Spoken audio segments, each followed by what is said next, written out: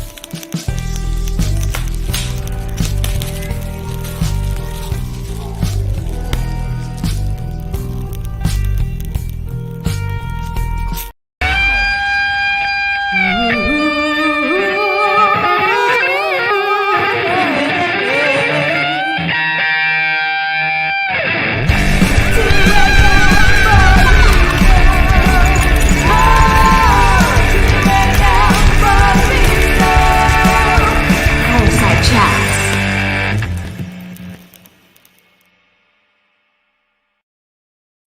What is up, everybody? It is your boy Lou Martinez, aka Big Chief Burrito, live with you on a Tuesday. Fireside Chats with Big Chief Burrito coming at you live from the Burrito Lounge in Chula Vista, California. Hope everybody's having a good time. California just reopened today, so that's a good thing. And I hope everybody's getting ready for the summer. I hope everybody got vaccinated or is being safe at least. There's a lot of things going on in the world. I got to talk on KPBS on an interview that's actually airing tonight and will be available online regarding a couple of things that are happening in the Latin community, including in the Heights. And coincidentally, I was, there's been a big conversation about that on Twitter recently about colonialism, about, white passing Latinos, about the privilege that they have regarding certain things and how we need to include and have a conversation about, Afro-Latinos mixing in and being more part of the movement to get them in front of the camera, behind the camera, etc. So that's a conversation that needs to be had. And I had a good chance to talk with Beth Akamoto from KPBS San Diego on that. She reached out. And so if you want to hear my thoughts about that, check that out. I'll make sure I link everybody as well. And then, a few months back, things started to go crazy in, Mi Madre Patria, where I'm from, Colombia. And I kind of, had to sit back and realize that I was ignorant to a lot of the facts and a lot of things that were happening. So again, I started doing my digging, started following some people on Twitter, started kind of looking at where I could find reliable sources to see what was happening, reliable sources to learn more about the issues happening, not only current issues, systemic issues, but also, issues that we've had for a long time. And another part that I wanted to bring up before I get started is I saw a movie during the San Diego Latino Film Festival called 499, which is about the conquistador Cortez that came to, South America, Central America, Mexico 500 years ago. And that's why the movie's called 499. And it's a kind of weird documentary. I recommend everybody sees it when it comes available because it will be on platform streaming at some point. That again talked about colonialism, how the effects of things that happened 500 years, 400 years, 300 years ago, even longer, can still affect a culture. How can that be? How can we still be being affected by things that happened hundreds, maybe 1,000 years ago? And how does that frame our collective mindset at this point in time? And how can we be more aware of the things that are happening so that we are more in tune with it and can be better people and can, just be better every day, right? So one of the people that I spoke to, and in my rush to follow, more Latinx creatives, Colombian creatives, writers, journalists, poets, I found somebody that was all three. So I said, need to have this guy on the podcast, and we talked a little bit, and I'm very honored to have them on to talk about a broad range of subjects. So I'm going to try to pace myself and learn as much as I can during this chat. And if you have any questions, comments, I'll try to stop a couple of times during the conversation to address them. But I wanted to welcome Mr. Julián Esteban Torres López to the show. Pues, todo bien. Todo bien, parcero. How far can you do my last names? Because I can go Luis Gerardo Martinez Salazar, Sosa Tangarife Incapia. I can go back like 7 last names. How far can you go besides Torres López? That's a great question to start, because a few years ago I started to do my genealogy. Right, I'm really interested in history. I've run a history museum, as you know. Like, I've written a book on Colombia that tackles a lot of the historical context of culture, of the armed conflict, etc. So I'm really interested in one of the areas that I really have to kind of dig deep. You talked about at the beginning of the show is, the colorism aspect. So I wanted to really try to learn as much as possible, not only about my history in Colombia and Latin America, but also about my own family history. And during that process, I came to a lot of interesting realizations that didn't surprise me, and some that did, right? I was able to go back my one branch of my family tree, so my mother's branch, all the way back to the late 1400s. So that's 20 plus generations. So when you talk about surnames, I can go on for a long time. Right? I picked the wrong battle. On that side, Julián Esteban Torres López, Vallejo, Sierra, Rojas, Tobón, and it just keeps going and going and going. Wow. But one of the things that really wasn't surprising was that the branch of my family that was, the one that had the cleanest lineage to Spain is the only one that I was able to gather information about my ancestors beyond my great-grandparents, right? Because that branch was one of the branches that colonized the region now known as Colombia. So I was able to trace and find out, some of these ancestors who left Spain to Colombia, who were captains, who brought their daughter in the 1500s, which is very rare to have women or girls during that time coming over. It was mostly men. I know where they were born, what neighborhoods sometimes from Spain they came from, what regions in Colombia. So all that got me to confront the colonial aspect of my identity. And then my Afro-Colombian and indigenous identity was pretty much erased from history, right? Very clear that Colombia did not keep records of those branches of our history. Which is not surprising, but obviously creates a certain kind of anger, because in a way, we carry, my entire name, Julián Esteban Torres López. You go to Luis Martinez. All of this is, you look in the mirror, you write your name, you look at your ID, and what you see is the colonizer history, right? And in a way, there's that shame and there's that anger. And because a lot of us are mixed, it's this kind of thing that we all got to grapple with, that a lot of people don't deal with.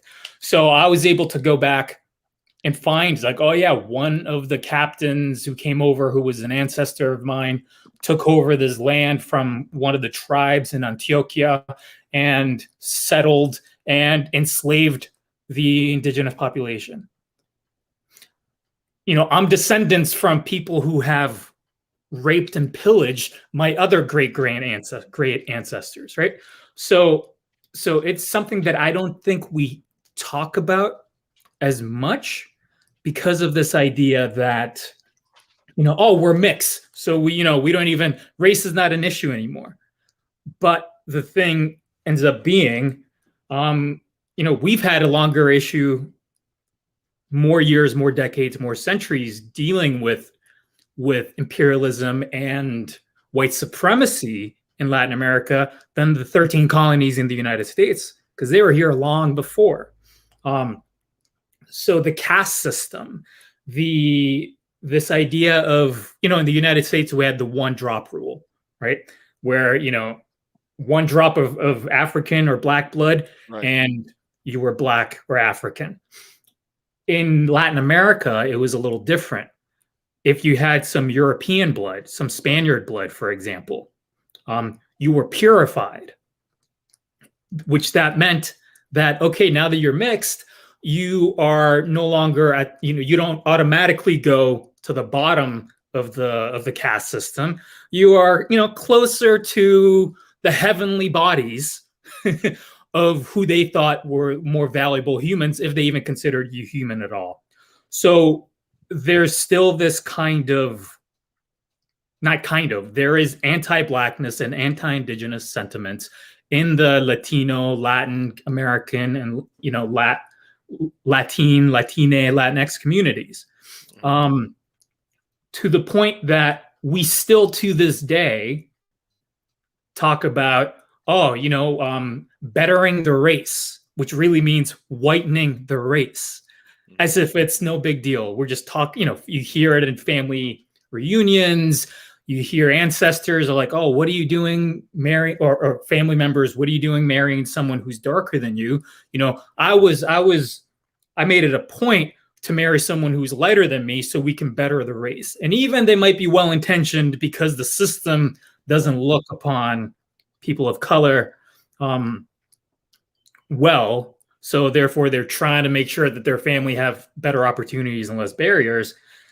That's part of how in the culture itself, it perpetuates regardless of laws changing, right? So what can we do? What's in our power, in our spheres of influences to potentially change things? Because you can change laws, but it doesn't mean it's going to change minds, hearts, and culture, right? And 500 years of that shit, that's some deeply rooted stuff. Right. But anyway, I can go on forever, so I'll no, stop. This is going to be one of those easy pods where I just throw out a question and then you talk for 7 minutes and then I reload. A couple of things to unpack from what you said is that, it's interesting that you said, genealogy, because I follow a couple of like history, like vloggers and YouTubers, and they're always talking about these things that happen in history and their white Irish background or English background. And they're always like, yes, I'm descendant from and they're talking about like kings in Normandy from like the 1400s, stuff like that. And I think that's also another privilege to be able to track your heritage that far. Like, I think I go as far as Incapié, which sounds a little indigenous to me. And then after that, it's like, there's just stories, there's myths, there's people that lived in the mountains and came down from them and stuff like that. So that's an interesting part. But again, it just kind of did the curiosity about your genealogy come first for you? Did the poetry come first for you? Were you an artist first? Were you a journalist first? Which one was the first one that kind of took hold of you, like as an initial passion, or was it growing around people and hearing those statements? Because when I grew up, I heard a lot, because I had black friends when I was in elementary school, middle school and stuff like that. Because I grew up in Queens, which is a melting pot. So, it's literally, like, who are you going to hate? You either have to hate everybody. And then people, not necessarily my direct family, because they were always pretty inclusive, but people around them were like, you're friends with black people. Just wait till, your daughter brings one home. Or just because, or just like from like Asian friends and their fathers will be like, I wish I could just drop a bomb on all. And then one thing that I've said before, growing up, I always had this happen to me where, I'd be dating or talking to a white girl or even just a non-black person, and they'd be like, I'd be like, hey, I'm gonna meet your dad. Does he know that I'm Colombian? Does he know that I'm Spanish? Is he a racist? And they would tell me, at least you're not black. So, and that's something within our own culture that we sort of have to reckon with. So I'm sorry about the long sort of preamble to that, but which of those things came first as a passion for you? I think rooted in all of it is, I think my disposition is to observe and listen, and there's a curiosity there. And then once I from all that observation and listening, I'm not only just observing and listening to my surroundings, and questions come from that, but I'm also listening to my own being, my own body, my own thoughts, my own frustrations and dissatisfactions and joys and curiosities. And through that, you hit up certain walls and barriers. Like, I could be curious. I've always wanted to learn how to play an instrument, but we didn't have the money to take lessons. So for me, those curiosities started to be funneled with like the only instrument that was available to me, which was, I remember sharpening my pencil with a knife and paper, right? It's like, well, I have that, and I have my thoughts. And if I can think, I can write. I can do editing later, I can do whatever, but I was just write and write and write. And from that, you just kind of, I probably started writing really religiously. I'm not religious, but metaphorically religiously, in 5th grade. And from then it just kept going. And, at this point, I write fiction, nonfiction, journalism, academic stuff, speeches, poetry. Poetry was probably the first that started, actually probably with haiku. Once I Nice. was introduced to it, and I loved being able to say a lot with so few words. There was this intentionality and craft that when you read a good piece of haiku, I mean, it was processed, thought out. I mean, it's an art form. You can read crappy haiku, like you can watch crappy movies, but the process of selection to me was very It's a more appealing. refined limerick. Just kidding. Yeah, it's very appealing. Now, I'm not one who likes like rhyming poetry or anything like that, but there was something that the introduction of art to me was more of like, oh, this kind of art I can understand, because it was the only art that I could actually practice at home. And that, I think, opened the door for different kind of curiosity. And once you're curious, you kind of and listen and observe. That's part of the journalism component of just asking all the questions. And then, like you do, you just surround yourself with people who are smarter than you, who could mentor you, who could answer your curiosities. And before you know it, you end up learning a lot. Period. Now, for me, one of the greatest regrets I have, or I guess not regrets, but kind of frustrations, is that I spent 13 years at university, and now I'm in a position where I realize all of that was just indoctrination into a colonial, European-centered kind of assimilation. So now I'm in the process of decolonizing my own learning, and trying to figure out what was erased. Why was it erased? Why were the things that were covered and not covered chosen? Because all of that is by design, or if not by design, then the culture has pushed certain dominant narratives and myths in order to say, well, that's normal and that's okay and that's valuable and that's not. And all of that you can trace to different kinds of systems of oppression, going all the way back, like you said, thousands of years, but in this hemisphere, like big changes when Europeans came over and colonized and brought over other people from, Africa. Yeah, destroyed, took all the gold from everywhere and sent it back, and Yeah. Destroyed thousands of years of culture for the greed and stuff like that.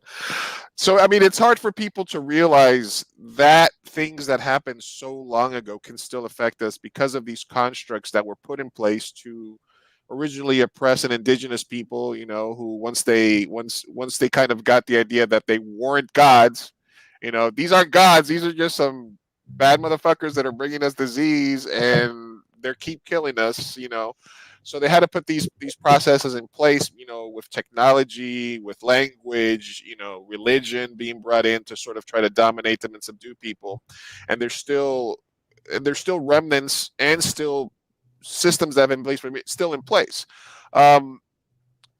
Even though culture is becoming more woke, to use a parlance of our times here, and people are becoming more aware of this, because even though history is written by the victors, right? Those atrocities, things, stories were still passed down. You know, that history survived even though the oppressors won all these wars and have always been, you know, had their thumb on the society. Why is it hard for people to make that connection? Why is it so easy for people to say, you know, things are good now, you're free now? Why don't you just like pull yourself up by your bootstraps and just get your shit together? Why do people feel that it's a crutch to say that systemic oppression, systemic racism, and things that have been happening for so many years can or can't be used as not an excuse, but part of the reason that certain groups and certain people are still not advanced as much as we think they should be? I mean, it's just a multifaceted question, because you have different identities and different intersectional identities that could have been oppressed by different systems, right? So, for example, you know, my background is Afro, Euro, Indigenous. You know, my heritage comes from all that background. But, you know, I might be brown if we're looking at race or colorism. You know, I might be brown, but I'm not black in an anti-black system. So I have certain privileges, and privileges in the sense that, you know, I might have some barriers being brown, but I don't have all the barriers as my black. Well, you're brown, but you're also part of the patriarchy, right? So you're exactly. You're that's in a point of there's levels, right?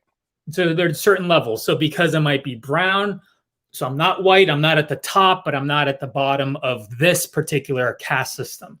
But I'm a male in a sexist, misogynist system, so I benefit. So I have some influence and power there that women and females might not have, and femmes.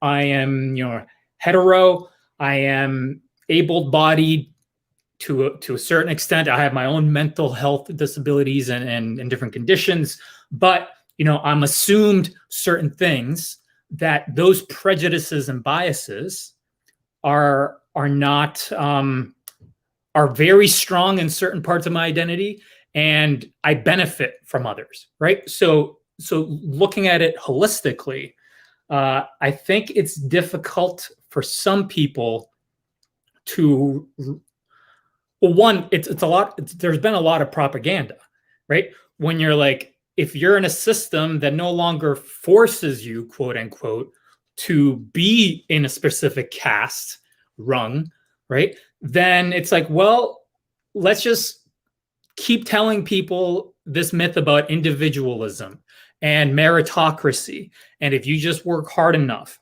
then, you know, and if that's the myth that perpetuates the culture and the foundation of the United States, for example, then, and if you don't agree with it or challenge that myth, you're blacklisted, you know, like we've seen time and time again, or you are ostracized from your community. I mean, those are some soft power kind of ways to keep certain myths and certain prejudices going, right? And if you already believe that, yes, this is a meritocracy, then you start to believe that people who don't have certain advantages or certain wealth, that they must have deserved it. The poor are poor because they're not working hard enough, like me. there are not enough women in certain roles. Well, they just didn't work hard enough as me, you know? And if you start a little farther ahead and you know you work hard, then you don't want to tell yourself that you benefited from other people's exploitation and oppression presently, but also the inherited wealth, and wealth not just in like currency and properties and land, but the wealth of being able to even go to university, or being able to vote, or being able to, you know, we talk about the United States being the oldest democracy in the hemisphere. And I think that's a really low bar to define what democracy is. You know, you start with only a few landowning men, thieves of land, who could vote, and then that's when we start saying that's democracy. Women weren't able to vote, or not. White women weren't able to vote until how many hundreds of years after the Declaration of Independence? I mean, so to me, I don't think we are a democracy yet. Culture is a very interesting thing. If we look at it through the lens of, let's say, religion, Okay. right, and Catholicism, which is what the Spaniards and the Portuguese brought over. You would, I have some friends who are like, oh, well, it's just really weird that, you know, you would think that after colonialism, so after we remove the yoke of colonialism, that you think they would also remove the religion that was forced upon them. But the thing there is force. Right, we're looking at Canada right now with the residential schools, and them not, you know, the residential schools run by religious institutions that didn't end until the middle of the 1990s, whose mission was specifically to assimilate and remove everything about kids from their indigenous heritage and mindset, remove everything but the indigenous blood. That's force, and that's designed institution for generations and generations, right? The church in itself, it doesn't take that long. Like looking at language, you have immigrants who come over. If they don't share the language with their children, because, oh, if you speak Spanish, then they're gonna treat you poorly, like, you know, we saw in the United States in the 1900s. So a lot of, you know, Spanish speaking families were like, no, you're gonna be treated bad. Like we were like beaten if we spoke Spanish, so we're not gonna pass that on.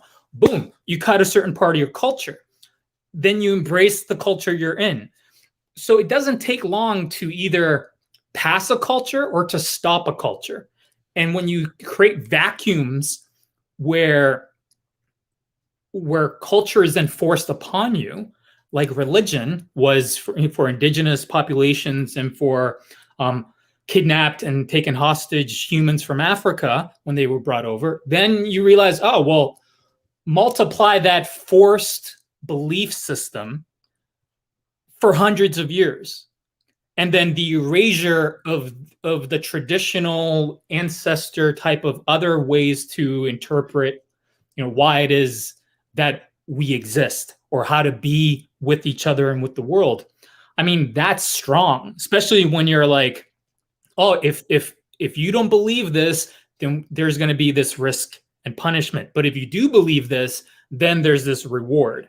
It doesn't take many generations for a belief system or something like that. You're training a culture through social conditioning to accept certain things of value and certain things not. And then that's how you start centering what's the default of value in that culture.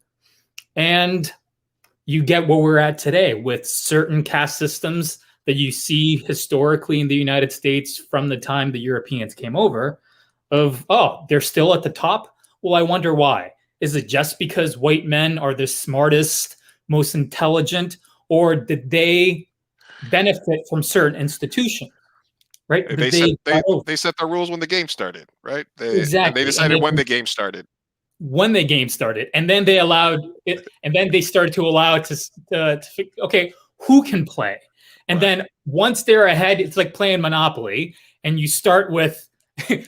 you Somebody start at with the top room. 1,500, but then you've already gone around 200 times, and then you allowed someone to come in, and you're like, oh well, they're poor because they deserved it. They didn't work hard enough. Well, you just stole their land, took the money, invested it, and then now you're benefiting from it, right? So it's, and then victim blaming the people for not having enough to buy any property.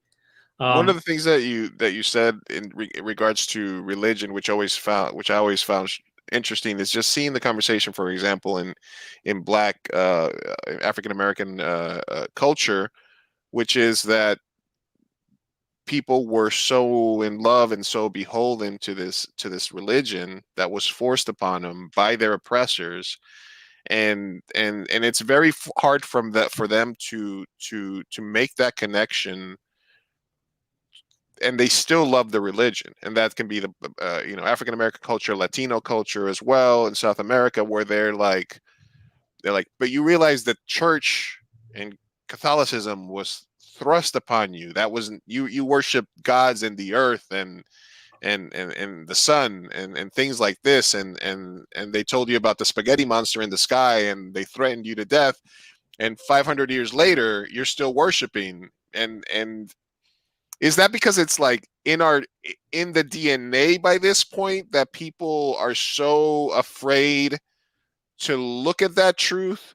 Or is that like a scientific thing where it's been so long that it's hard for people, for something that's so ingrained in the examples I use in African American and South American culture, that they can't make that connection?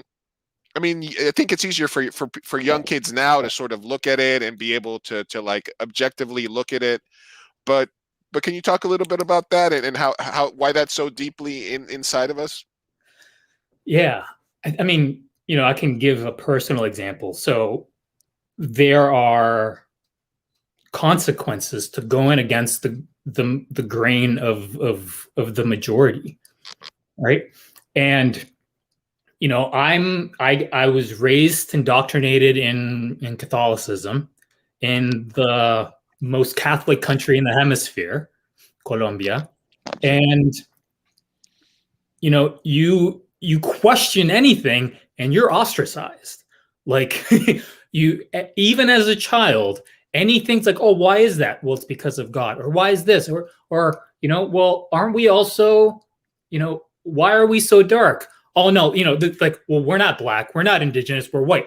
When we have descendants. There's this, once you start placing stigmas and start creating this kind of othering, right, of those people we do not want to be associated with, because the culture, has pretty much created a situation where, like, I mean, you see it in films. United States, you have, for example, a study came out a handful of years ago where something like over 50% of Latinx, Hispanic representation in TV were some kind of negative stereotype, right? And if you grow up in the United States, and for example, another statistic is about 80% of white United Statesians don't have a Black friend. 80%, right? So if you don't have anyone 40% couldn't name a Chinese person. Exactly. Oh yeah, that's the reason. I remember seeing that. They're like Jackie Chan, Bruce Lee. I don't know.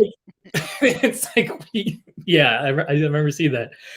But that means that there are identifying people and creating the constructs of different people who are different than them from negative stereotypes of a culture and different industries within the culture that have created narratives about other people, and that they exploit and profit from, that then kind of perpetuate these ideas. Like, I remember moving to the United States as a child, and I'm like, oh, all these people are asking me questions once they realized I was from Colombia. Does your dad sell drugs? Do you drink coffee? Are you religious? Do you guys have paved roads? It's like, where are they getting all this if they've never met a Colombian, if they've never been to Colombia, right? But to meet someone for the first time and have a parent of a friend of yours as a child ask you if your dad sells drugs, like, that's coming from somewhere. And that gets perpetuated by the culture industry, which film, literature, news, whatever, schooling. So for someone like me, for example, growing up in a religious, and the United States is also very religious, I'm an atheist. I moved away from the Catholicism component of my upbringing because it didn't make any sense to me. And because I asked too many questions that were not answered. And I wanted to learn more about, this is one way humanity has answered these existential questions about myself, my being, others, relating, all the existential stuff. Codes of conduct. How do we get along with each other? How do we organize ourselves in order to, for the sake of security, for organization, all those questions. I'm like, well, those aren't the only ways people have answered these questions. And what I'm interested in is what's the most effective way in my world to answer the question. And I asked too many questions, which I guess is why I ended up going in journalism. But who, what, when, where, why? Right. But I don't want to brag, but I was editor-in-chief of my newspaper. So just, high school newspaper here. Shout out the Tower. Sorry, I didn't mean to introduce you. I hear you. But to be the first person in your family to say, I'm not going to go that route, and to take the risk of being ostracized, to be the first person in your neighborhood, in your community, to, let's say, if you're queer and you come out, you're taking a risk because the environment is not safe for you, and it does not encourage you to embrace your authentic self. So since that was so, let me make sure. Just because of the fact that before it was a literal threat of death, read this book, worship this God, or else, that evolved into being ingrained in the culture. If that happens it's like the thing about the gorillas in the cage where they get beat because they grab the banana. By the time the fifth gorilla's in, none of them know why they get hit. They just know that they're gonna get hit, and that becomes the norm to where it comes to our generation, and it's like, well, don't question it, and it's been happening for so long that it just becomes a part of the culture. It becomes part of the DNA of the culture, and you no longer need, electric shocks. You no longer need the whip. You no don't longer need the conquistador with the sword, right? Cutting you in half. You no longer need all of those forms of coercion and force, because now we're regulating ourselves. A lot of this regulation comes from our families, from our communities, from our schools. And a lot of people, one, either don't have the courage to go against the grain, or don't have the proper environment and support to be able to be like, you know what, I'm not going to go out there. I want to be my authentic self. I am this or I am that. I mean, you look at women, you look at the LGBTQIA plus community, you look at immigrants, you look at every kind of oppressed group of people.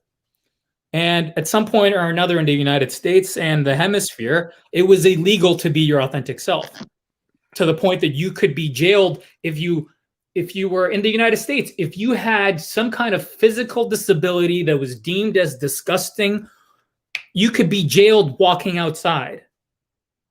I mean, that's just because, like, we don't want to look at you. Right? Well, they sent you to a circus, right?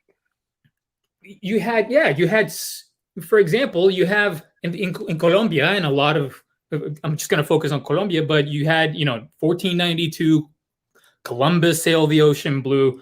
We get that beat into our heads.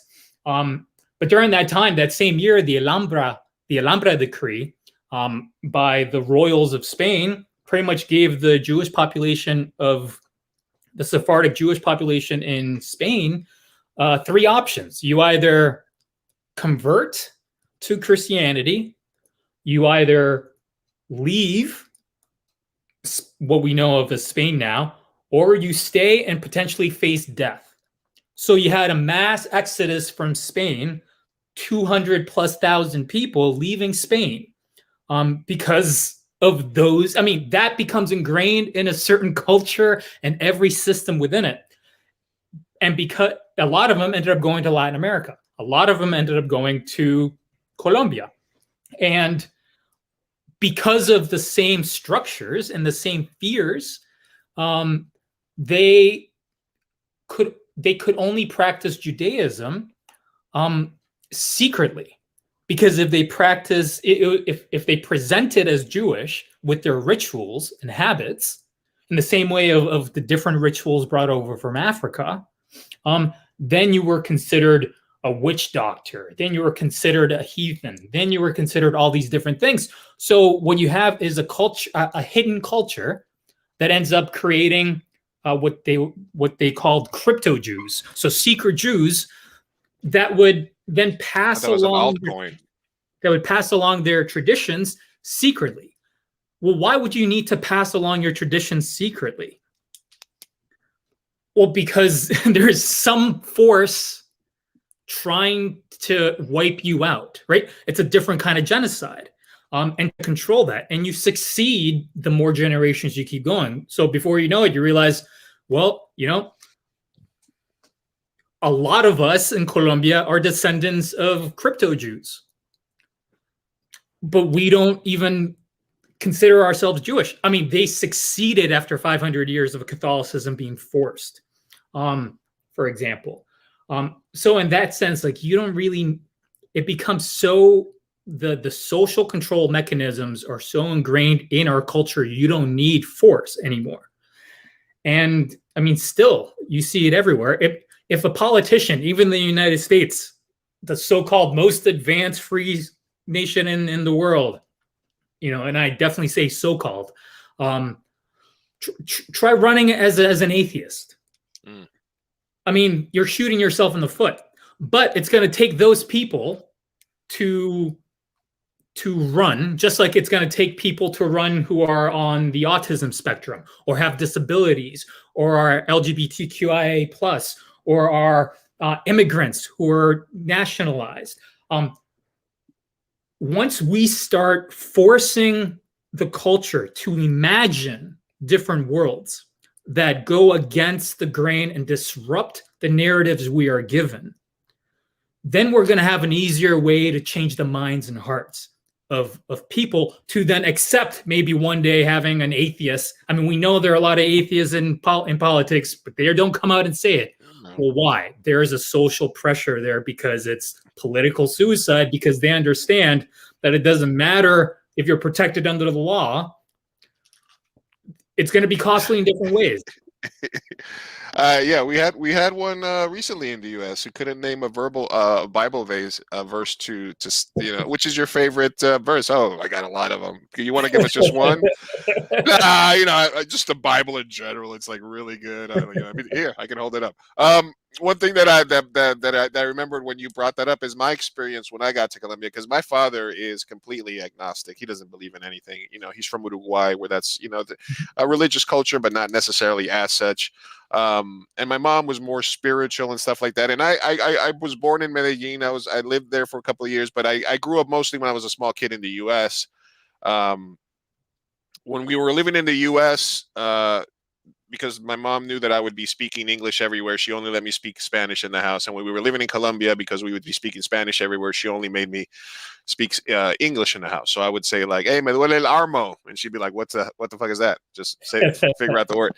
But when I got to Colombia, later on, was I was a teenager, we moved back. I think I was like 11, 12. And the first thing that people were talking to me would ask me was like, "Oh, did you do your first communion yet? Are you going to do your communion?" Yeah. And like, let's go to church. And we had gone to church occasionally, like, I don't remember, like Saturdays or Sundays. I don't remember when I was a kid, but sporadically. I never had to go to a Sunday school or anything like that. And they're like, "Oh, you were baptized, but you didn't have you didn't have him do. Oh, and my little brother wasn't even baptized at the time, and it was like, oh my God, you haven't baptized it? What the fuck is going on with you? And it's and I was and they were like, well, you have to go to. Oh well, these kids need to start going to Sunday school, and they need to start going here, and all the elementary schools. And I went to Colombian public school because my mom didn't want me to be involved with a bunch of I was a gringo when I was a little kid, but. So I was like, Mom, do I have to do this communion stuff? And she's like, do you feel it? Do you feel like, does it feel like good to you? Does it something that you want to be involved with? And I was like, I don't think so. And she's like, then don't do it.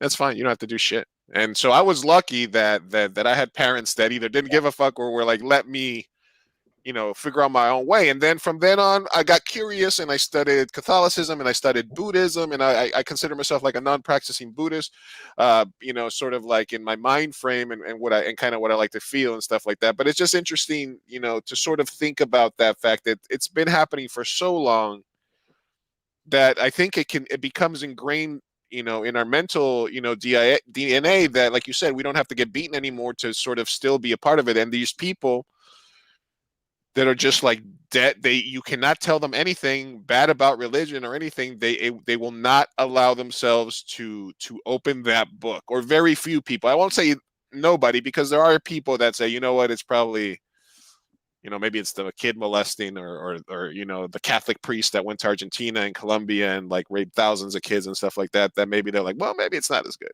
But it is interesting that you meant that's kind of the reason that it's still prevalent. Social pressure, right? You talked about it. If it would be harder for you to not go against the social pressure if you didn't feel safe enough and encouraged by your parents and supported by your parents to be your authentic self. And if you don't have that support, and if you are the only one in your family, the only one in your neighborhood, the only one in your school, the only one, all the TV, everything, you go in the bus, religious paraphernalia. You walk down the street, religious paraphernalia. Anyone talks about to the point that some surveys in the United States, for example, have rated atheists as worse than pedophiles, just to get you to understand like how the hatred of the social pressure to be able to say, I don't know if we have an answer to that conclusively.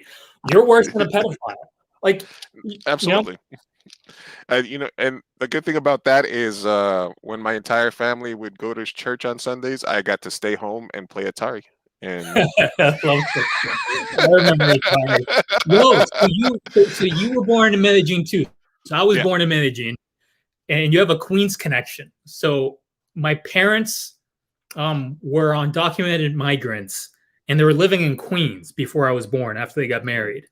And they were afraid, they kept hearing stories that like, oh, if you get, if you guys want to raise a family or whatever, you're not going to get any support from the system, the healthcare system, during the pregnancy and afterwards. So, because I was conceived in Queens.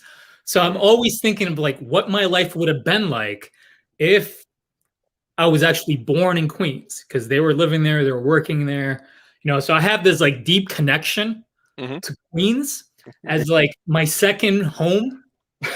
I was born in Medellin, but I feel like, my real, the spark of Julián was in Queens. But yeah, then I ended up being born in Medellin and ended up going back to the States when I was like 8.5. Went back to Colombia as a teenager and blah blah blah, back and forth. I think we were like crisscrossing. When I was here, you were there. We were like going back. No, I was a Reagan amnesty kid in the mid '80s when my dad was also an immigrant, but he got his amnesty in Queens in like '84, I think, whatever the Reagan amnesty was. But it is also interesting that because you sort of mentioned we got through religion, and obviously this is something we could spend 2 hours on each one of these sort of specific topics, and I'm trying to get a lot in, but because you mentioned a little bit about how the media and how popular culture, films, books, Uncle Tom's Cabin and other books, get these accolades as changing people's minds for the better. But there's also tons of media, books, stuff like that that are used by the oppressors to keep people down. So can you speak a little bit about the role of literature and the role of like major points in kind of how that affects that sort of struggle? So one reason I started TheNasiona, so it's the social justice storytelling movement that I've been running for the last few years, where we center, elevate, and amplify the voices, histories, and experiences of those who have been marginalized, undervalued, overlooked, silenced, and forgotten by systems of oppression and dominant cultures. The reason I decided to go that route, which really we focus on centering, elevating, and amplifying personal stories, like memoir, autobiography, or interviews about people's lives, is because I've tried a lot of different things, and I realized that, I was an academic for a while. I was teaching at university, going to conferences, speaking at conferences, writing, etc. I tried journalism, the regular kind of style journalism, and it became very easy for me to understand that the way to persuade people, by and large, that was effective was not by simply saying, oh, this is the argument that this is the question. Well, here are the facts that support my position. And this is A, B, and C of why you should accept X, and argument's done. Facts did not always persuade people to change their deeply ingrained assumptions, beliefs, myths, legends. That wasn't what was effective. So the traditional, let's try to be objective with news, and let's just focus on facts with the academic stuff and showing the new production of knowledge once we test things experimentally here and there. Most people are not going to be persuaded by that. What I saw that changed people's minds more effectively, and specifically when I was studying armed conflict resolution, specifically in Colombia,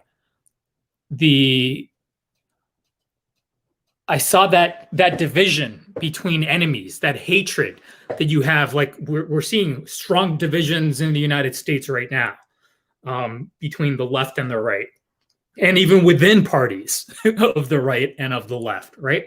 To the point that once you start seeing one group consider the other group as an enemy, that's the first step for a potential civil war. Like, they're no longer a worthy human. So anyway, they try to start one on January 6th. What's that? They try to start one on January 6th. Exactly. But so if I'm going to argue with someone who considers me an enemy simply for existing, right? I'm an immigrant, or I was once undocumented, or English is my second language, or I'm brown, or whatever. I'm an atheist, whatever. I'm open about my mental health conditions. Whatever it is, I'm in an interracial marriage, whatever it is. If they see me as an enemy, I can show them the facts. That hardly worked. When I saw enemies, like truthfully war enemies, create a bridge of empathy for their so-called enemy and look at them as a human after they shared their personal stories about why they became a guerrilla, why they became a paramilitary, right? It's like, shit. Like, I'm now looking at you as a human being, and I can see some of the difficult choices you had to make, or some of the choices that were forced upon you because you had no choices. And therefore, as a child, you were recruited into this kind of situation. And then they went from like the grenade throwing kind of relationship to like more of like, they put their fist down and like, you still represent everything that I'm against. but I sympathize with you as a child who grew up in certain circumstances, and it could have been me, right? When I saw the power of storytelling to change people's minds and hearts and to open them their curiosity, to even go and search for answers themselves, right? That's when I made the change from academic and like traditional objective reporting. For me, objectivity is also a different kind of myth. We all come to the world with certain kinds of, we're indoctrinated and culturated in different kinds of myths that answer different questions. And if I was born in Japan instead of Colombia, maybe I wouldn't have grown up with Catholicism as a force. If I was born in the 1700s and in all these different things, so like the historical context, the different myths would have created different kinds of circumstances for me interpreting my surroundings and myself. So for me, this kind of storytelling and recognizing that everything human beings interpret or everything human beings experience through the mind, through all the senses, is a story, right? So we don't see necessarily through our eyes, we don't hear through our ears, we interpret those stimuli through language that we then end up creating a narrative in order to fill the gaps of our curiosities. Oh, what was that feeling? Oh, something hit my arm. Boom. Oh, I saw that hit me. Yeah, but all that's going through language. It's getting interpreted through language. Oh, what's this weird frustration emotion? Oh, that must be because, you tell yourself a story. What was that in the dark? You tell yourself a story. The stories, from my experience, because I'm very vocal and I don't bite my tongue, I ruffle feathers and I confront issues, and not necessarily it has to be confrontational, but I confront issues.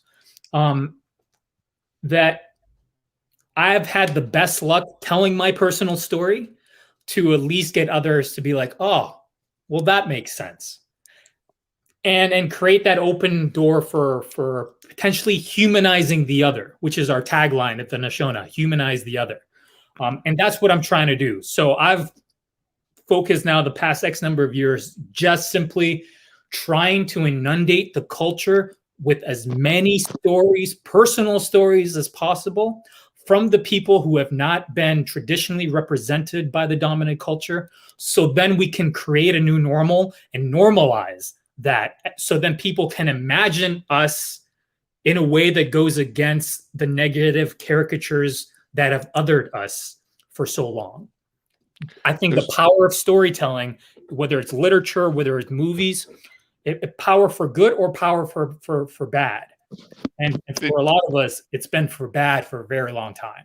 So I'm trying to own that again and work as a collaborative, because we have more power in numbers to realize the outcomes we want to realize.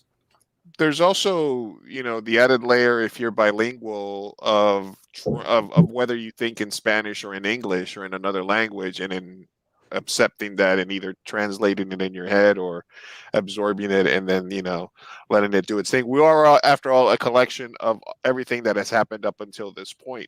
I'm very open about the fact that the times that I did grow up in South America, I was privileged. It was the classic show up somewhere with my sister, you can go sit down on the TV, you go in the kitchen, so, and I was mi príncipe and the king and stuff like that. So I benefited greatly from being part of the patriarchy as a child, and that affected my being and having to have a talk with myself several years back, because I was very machista and sexist, and I kind of had to, I think the story that I tell doesn't make me look good, but I always tell it, is my friend was having a tattoo artist come to the house to do a tattoo on him, and then somebody was like, yeah, she'll be here in an hour, and I was like, she, a female tattoo artist? And in my brain it was like, and it wasn't just that I was trying to be an asshole or that I was recognizing that I was an asshole.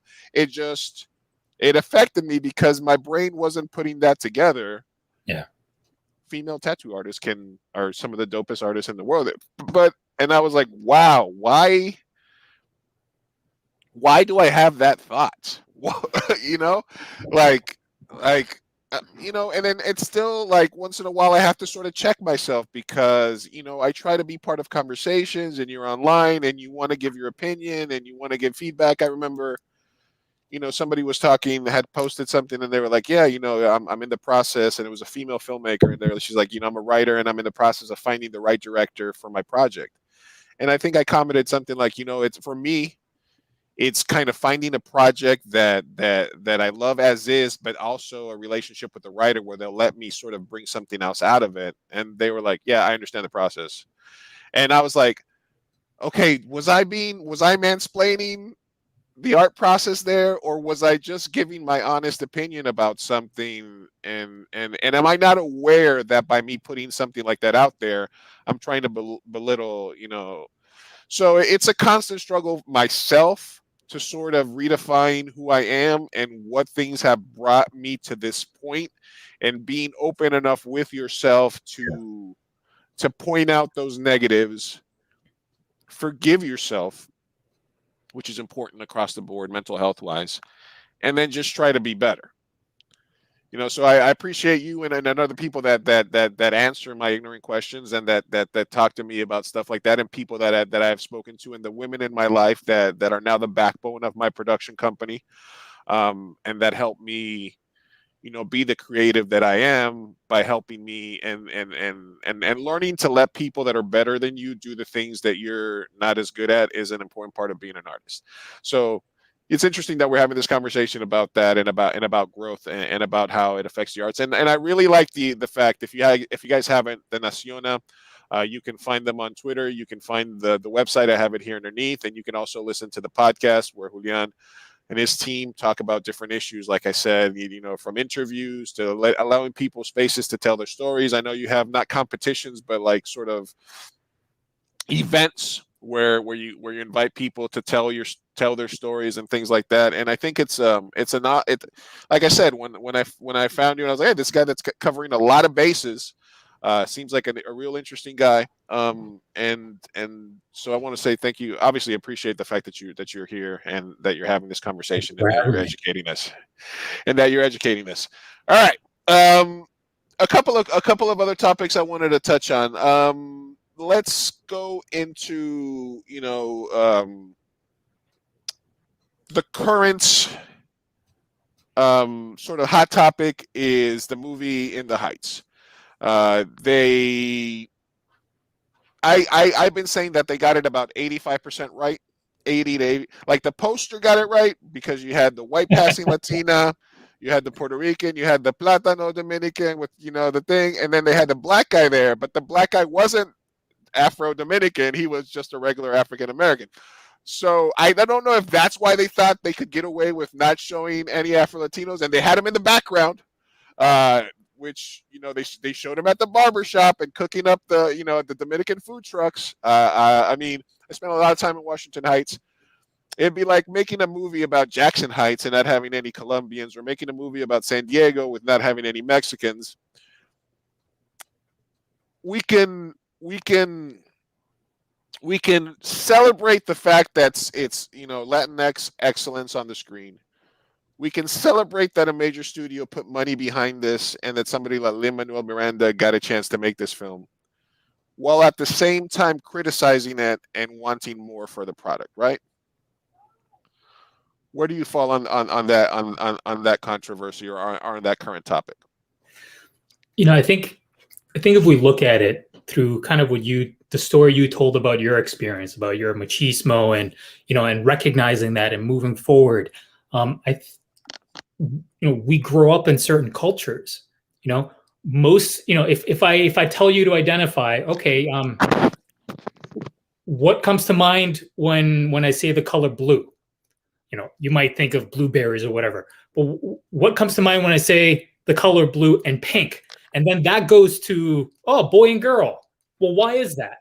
Like you said, you asked yourself, why did I automatically have this negative, weird experience when I learned it was a woman tattoo artist. Where does that come from, right?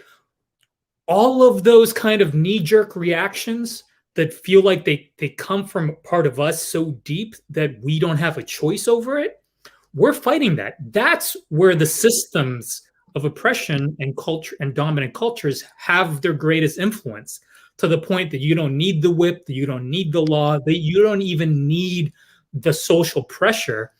You are, those biases and prejudices are part of you now. And you're like, holy shit, why am I doing that? I believe myself to be an anti-racist and I believe myself to be a feminist, but why am I catching myself being a misogynist? Why am I catching myself being anti-black? I mean, all of us grew up in those cultures, under those institutions, structures, etc., that we cannot define ourselves as anti-black, as anti-racist, as anti-this and anti-that, simply by saying I voted for that law that was anti. You have to, through practice, every day, every minute of the day, practice it, because you have to unlearn those things from the culture that, like you said, gets you to be like, where the hell did that come from, right? Those things were learned and conditioned. So if we just allow ourselves to just be, I'm going to fuck up, you're going to fuck up. The difference is having the fragility of being like, oh no, I'm not that. I can never be that. I voted for Obama, right? I would have voted for him 3 times if I could. Right? Or, like there's, I can't be racist. I have a black friend. But not realizing it's like, well, someone's trying to teach you something. They called you out. Like, your intention might have been good, but the impact had some negative consequences. So let's see how we can move ahead better, so we can be more effectively aligned to the ideal of what we're working toward, right? So, for example, with the movie In the Heights, I think you can celebrate a lot of it, but some people are going to celebrate more than others, and some people aren't even going to see that there was a problem in terms of impact, regardless of the intent of what we're celebrating. Like, oh, I had no idea there were no black or Afro-Latinos or whatever in the movie. Well, because you might have been a white Latino and that didn't matter for you. Yeah, I think I saw some coverage from people that were like, as soon as The Heights was out and they were like, everything's great about this movie, it's the best, we got to support it. And then the backlash started once more people saw it, and then they were like, but we also need to have this conversation. And I think, as a filmmaker, I always sort of I would have done a better job with that movie. I would have definitely had one of the actresses be played by a dark-skinned Afro-Latina. I would have picked one of them. I think probably the girl that jumped, the girl that played the whiter of all the Latinos involved there. She made the classic mistake of getting into people's DMs to justify herself and saying, oh, but the casting process and we were the best people to embody the parts. As a filmmaker, if it says written and directed by Luis Martinez, that means the decisions come to me. And I've always kind of looked at it as, if I write a part for a marginalized group, if I write a part for a disabled part or LGBTQ plus part, that as long as I'm reaching out to those communities to find people to play those roles, and I bring them in, and then I'm open with myself in the casting process, and we want a diversity award because of our open ethnicity, open gen, like we'll change the part to the best actor, right?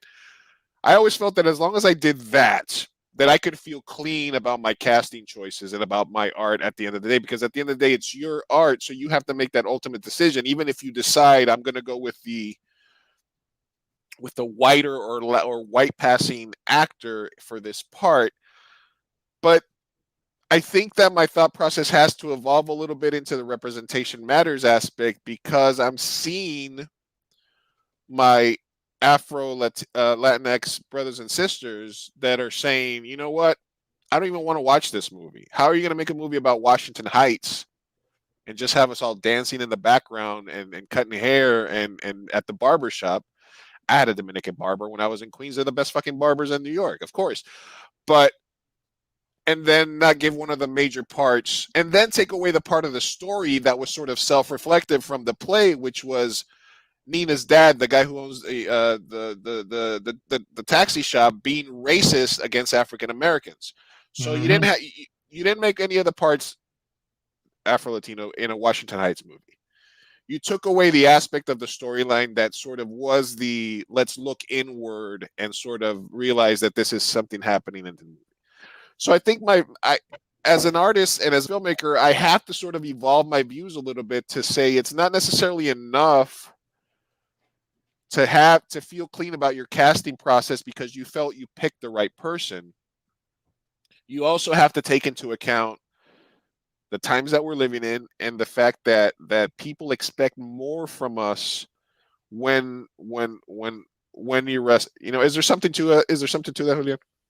Yeah, I mean, I think that so for a while I was a senior consultant, senior diversity consultant for the nation's leading Black-owned management company firm that dealt with diversity, equity, and inclusion issues. Every industry, same exact problem, especially after last year, after Floyd and all the companies jumping on the bandwagon, trying to be more DEI friendly and everything, and most of it being performative and optical. So I was working with a lot of these companies as the senior diversity, one of the senior diversity consultants, and you would hear the same things, and you would hear this, and you would see the same kind of level of being okay with trying and not, so again, focusing on the intent. Well, we tried, but not focusing on requirements and not focusing on trying to self-reflect to figure out why we are not retaining BIPOC talent, why we're not attracting BIPOC talent, and looking at ourselves in terms of are we doing anything, that is creating these barriers? Because the first place they tend to go, because of fragile egos, is, well, it can't be us, it must be them. And that's where you get this idea of well, we hire the best and we just didn't find anyone who was qualified or merited. And that's why we put the call out, which is a slap in the face. Completely. So constantly I would get things on the extremes. I mean, I remember being on a call with, I was always talking with HR, talent acquisition, all these people, all the way to the board and C-suite, and trying to figure out how do we realign the spines of these organizations, policy, culture, etc. And you would get pushback. You get someone from for example, I remember last year during, let's say, I think it was late summer, early autumn, where the CEO of Wells Fargo said, "Oh, well, you know what? We Black and Latino talent just doesn't exist, so that's why we're not hiring qualified people. The qualified people don't exist." And then I work with someone who 20 plus years as a director of talent acquisitions. She had the opposite problem. She would say, it's we have more than 33% of our applicants are BIPOC. And usually when they say BIPOC, they usually mean Black and brown, but not Indigenous.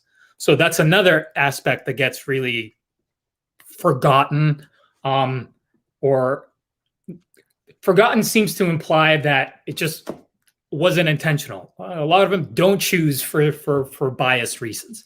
And she would say, well, just give me is there an algorithm or a system that can make sure that we're getting the applicants, but we're not hiring them, right? So it must be that we don't have the right system, the right algorithm to choose. So again, it's like not wanting to look in the mirror. So then, we were trying to get that contract. So I was in the conversation with myself and the founder of our firm with her trying, because we're competing for these contracts. And all it took was one question. Be like, okay, well, so the problem isn't like the Wells Fargo CEO who doesn't believe qualified people exist. The problem is you have the amount of people, they exist, but you're just not hiring them. Well, if they're applying, they're interested. What are you guys doing? Who interviews them? What's the demographic of who's interviewing them or who's reviewing the applications? White folks and white women. Okay. So who's actually making those decisions? And what are you, if I'm an applicant and if I look at your board of directors, all of your your executives, everything, or I go talk to someone who works there and they tell me, don't come here. It's all performative. I want to get the hell out of here. Or, you're not going to go there. And if the people are asking you the wrong questions, or the people are not giving you a call back, even though you have the right applicants, well, sometimes you got to look inwardly. It's like, what the fuck are we doing when we have, more people applying than than the average, in terms of Latina and Black in the United States, you have 18%, you have 13%, that's 31%. You are over-indexed with 33%. You shouldn't have a problem, right? So like I mentioned earlier, 80% of white United Statesians don't have a Black friend. In comparison to Black United Statesians are 8 times more likely, or 8 to 10 times more likely to have a white friend, or not even a friend, but an acquaintance, that means these people who are traditionally in these talent acquisition hiring agencies have never gone through their life experience with someone who was actually qualified. They just happen to be brown and Black, right? So that's one of the things. They don't have the experience. They didn't have the experience. They don't think they exist. I believe myself to be merited. I believe in meritocracy. And therefore, most of the time they talked about DEI efforts, they weren't talking about, how can we access qualified candidates who just happen to be Black and brown? They were like, what can we create in terms of training to get them up to the level of where they can actually be qualified? And I'm like, shit, like you consider yourself a progressive leftist and you don't even know how racist the shit you're telling me is, right?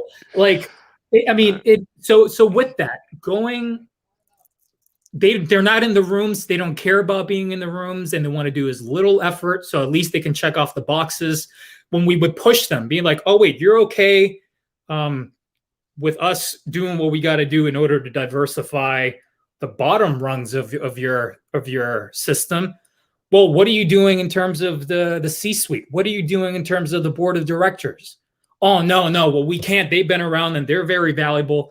So they would maybe create a director, a chief executive, chief diversity officer or something, right? But it's super performative. I saw one time from my experience, who I saw a CEO of a huge company.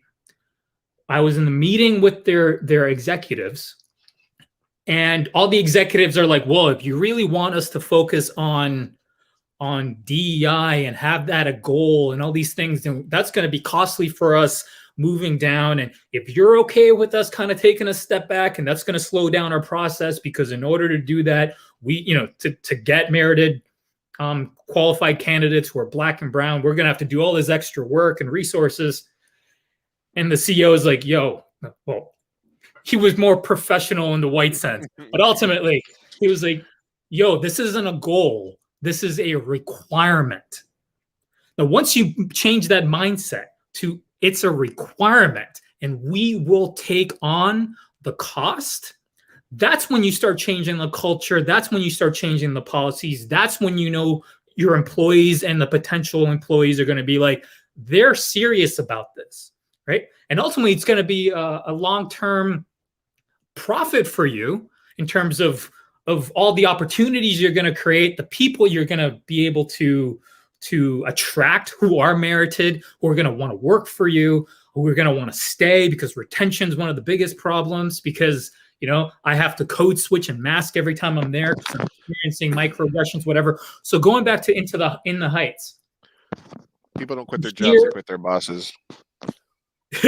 So going back to In the Heights, it's the same shit that I would hear in every fucking industry, right? Even within people who are in the supposed oppressed communities, we do it to ourselves because it's hard work if you're not actually trying. If they're not in my network and this person's qualified enough, whatever. No, you got to make it a requirement because they exist. You're not trying hard enough. It's your responsibility. And especially if you're part of that oppressive community, then you got to fucking do better. Because if you're not doing better, then you can't fault the people who you're expecting to do better. Because all these companies are like, well, if we compare ourselves to the DEI efforts in the tech industry, who's leading? Well, Google or Netflix are at the top in terms of DEI. Well, we just got to be better than them. Well, their good fucking sucks.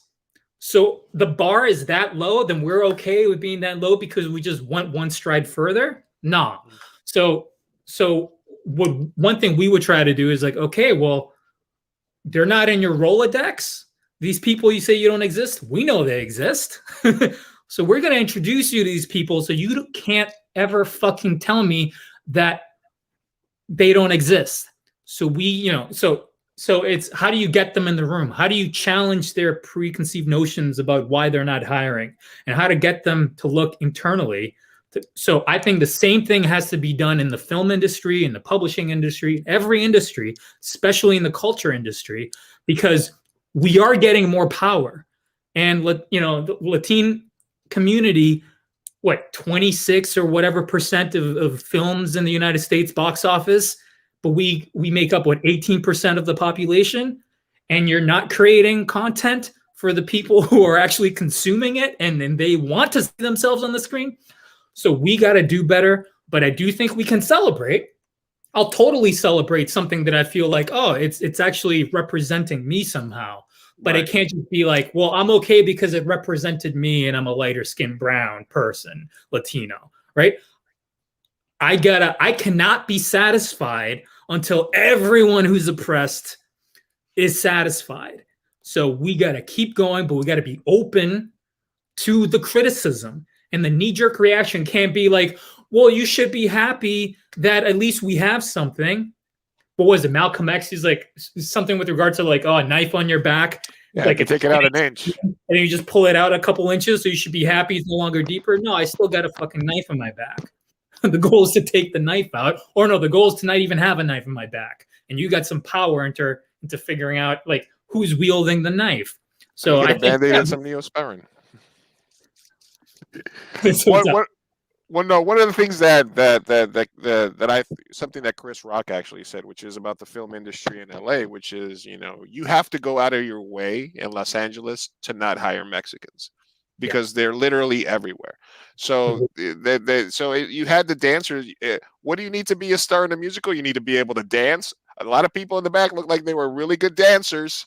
And you telling me none of those people could act, or none of those people merited at least some sort of, or even retcon the Benny character and make him Dominican. If you're going to take out the whole racist against African American storyline, you could have very easily made him, dark-skinned Dominican, and then you would have had at least a wide array of colors that make up the Latinx sort of, color spectrum, right?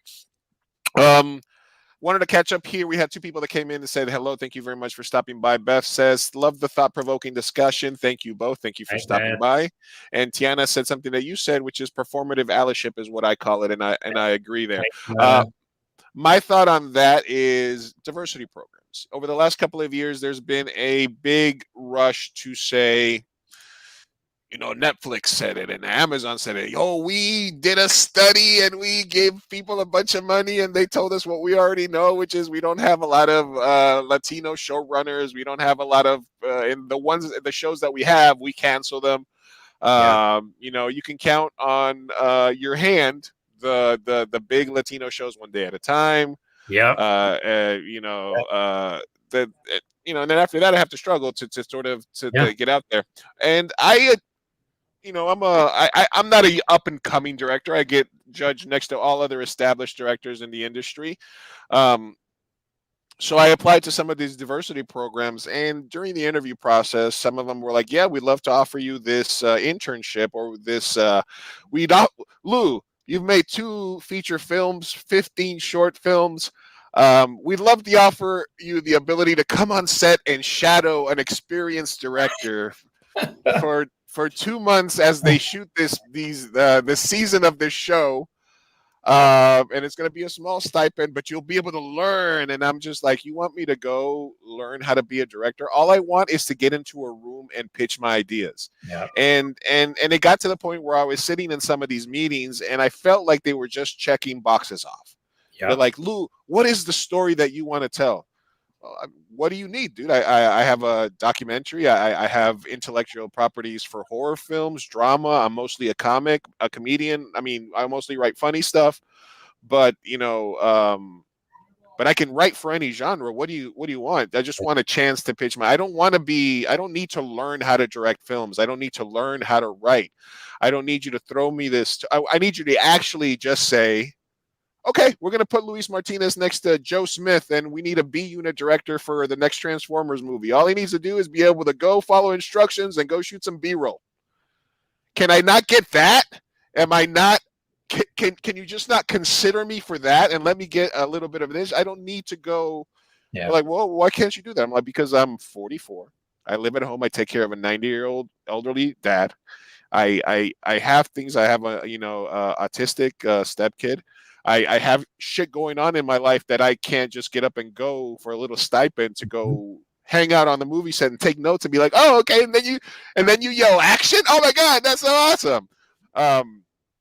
So I completely relate to that, and I stopped applying to those because I felt like you're just crossing off boxes, because literally they would just be dumbfounded when I'd be like.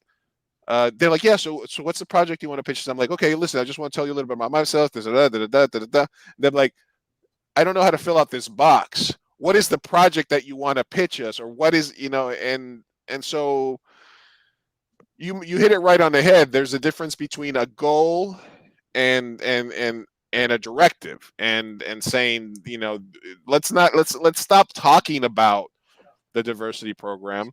Let's stop talking about what our role is or the metrics that we want to meet in terms of us being able to feel clean about how many, Latin or indigenous people we hire. Just fucking hire them. Just get them in the room with somebody that can greenlight their show, greenlight a manuscript, greenlight a podcast. Get them into a room with a decision maker. Now, the other problem is that on the other side, the decision makers and the interviewers and the people that are making those decisions don't look like us for the most part. So it is a constant struggle, but I do appreciate your thoughts on it because obviously it's a hot button issue right now. My one thing that I felt was that a lot of people were making these decisions based on what other people were saying and hadn't gone to see the film themselves, which to me is always a bit of a red flag because even though you might trust somebody's viewpoint on it or might see something, there is a chance that you go see the film. And this happened to me with Sia did a movie where she was about autism. And everything I heard about the film was, oh my God, I can't believe she's doing this. She didn't have enough autistic people. She did this, she did that. And I was like, give it a chance. I watched the movie. It was horrible. And I was like, yeah, you guys were right. But at least I watched the film. And so I sort of feel the same way, which is you might still be right about it. There is still that discussion to be had. And I've heard people saying, yeah, well, white passing Latinos have been having this discussion or saying, let's have that discussion for 600 years, and they're still not ready to have the discussion, which I also was like, okay, let me think about that, So So I guess the for myself, like I just want to educate myself further. I want to make sure that I don't close any doors to to the Afro Latino parts of my friends and family and artists and creatives and stuff like that, in order for myself to feel that I'm doing my part. But we have to, like you said, look at the institutions, look at what's happened, look at how this colonialism has integrated itself into all these aspects of our lives, religion, film, books, etc., and how that affects us today. Completely. Can I go off on that one? Go ahead, please. So Tiana, so I know Beth and I know Tiana, and I actually haven't, last time Tiana I saw her was 1996, and Beth Wow. was 2015, 2014. Anyway, so we go back. But Tiana brought up performative allyship. And I feel, well, at least through my assessment, most of the DEI work in this country is purely performative. And that's coming also, that's an attack also on the DEI firms. When you say DEI, that's diversity, Equity, inclusion, belonging. I mean, it morphs, but ultimately all those, all those things that these companies are trying to do. And my critique, and I'm kind of outlining a book on this, is you have who are they centering?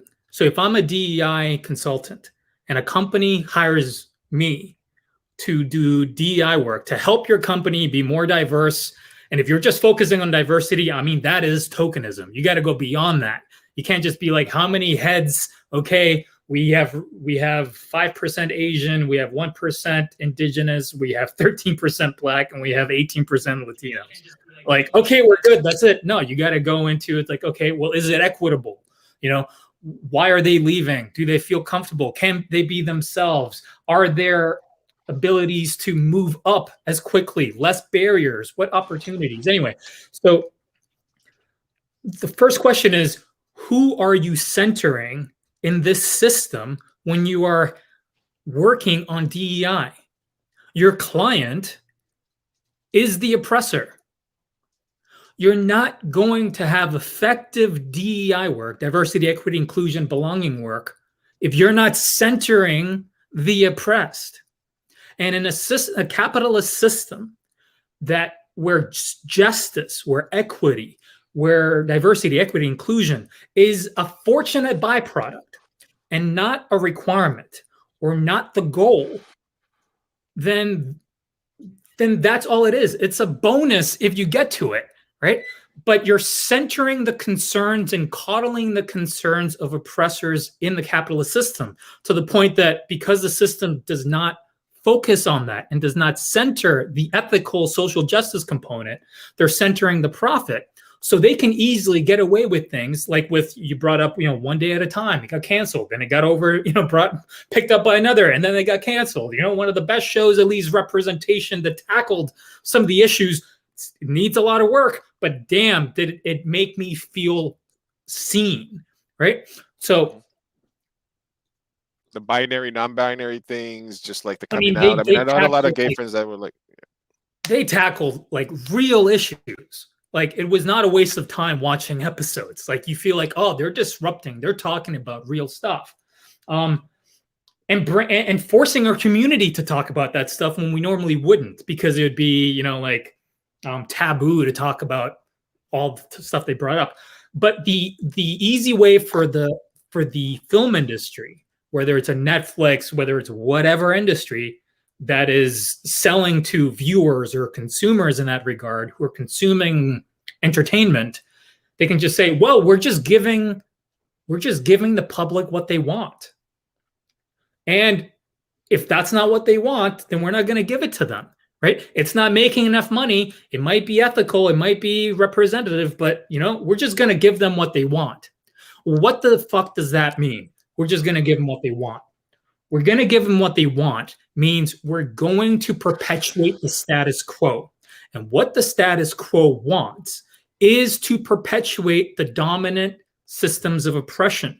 So when David Bowie in the early 80s challenges one of his interviewer on MTV and asking him like, well, why don't you have more black artists on MTV? Ultimately, what the interviewer said was like, responded with backing MTV. It's like, well, our viewers just don't want to see that kind of content. They want to see, oh, so you're ultimately coddling racists. Oh, we're just giving them what they want. The status quo is racist. It's misogynist. It's anti-Muslim. It's anti-this. So that's an easy way to just say, we're going to put our money in perpetuating these oppressive systems and justifying it with profit. We're just giving them what they want. So we got to unpack what that means. We're just giving them what they want. Who is them, and what is it that they want? Right? They don't want us represented and having a voice. So you have the DEI working to try to create performative allyship of an industry that does not center or have as a goal, any goal, unless they lose money, anything that has to do with social justice, diversity, equity, inclusion. So the real deconstruction and the real dismantling and rebuilding in any of these industries cannot be simply by hiring a DEI firm to then help the oppressor make sure the punches land softer. We gotta fucking go to the root, where we can't just, all we're doing is polishing apples when the entire tree is spoiled. So let's hire a DEI person to make our apple shiny. It's the same argument against, abolishing the police. It's like, oh, well, it's a few bad apples, so we just focus on just reforming, and like it was just a few bad apples. No, the entire fucking system is rotten. We gotta rebuild it with a different focus and ask the questions: Is this current scaffolding for the institution creating the outcomes that we designed it to manifest? Right?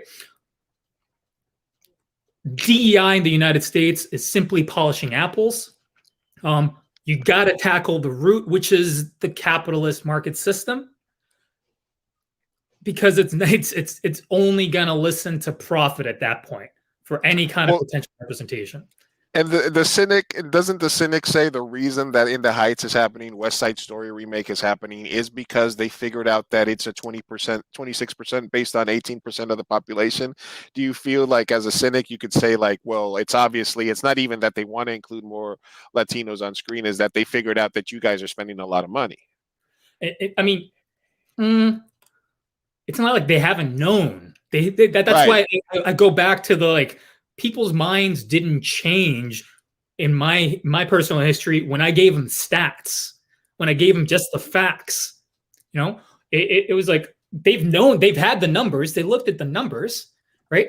Like back in like in the 1900s, where you have like a person of color jump into a pool, and then the white community throws acid in the pool because they don't want people of color to swim in that pool. So they would sacrifice their own enjoyment. We're not going to go in the pool. We just want to make sure that you're not in the pool either. Yeah, we'll find another pool, right? So it's this kind of things like the stats. Yeah, it profits, but they've known we've been profitable for a long time, right? They don't want to create it because they don't want to see it. In the publishing industry, the amount of times that, for example, people of color who we work with, and I've worked with hundreds, who have editors or literary agents or publishers go to them and be like, oh, can you change the name? I can't pronounce that. And ultimately, we want to give our readership what they want. So our readership, white, hetero, male, cis, right, will feel uncomfortable reading that foreign name. So therefore, let's make you uncomfortable and have you hold the burden, and let's coddle the white. It's the same kind of thing. Like they know the stats, but they're still coddling the oppressive institutions because they don't want to feel uncomfortable.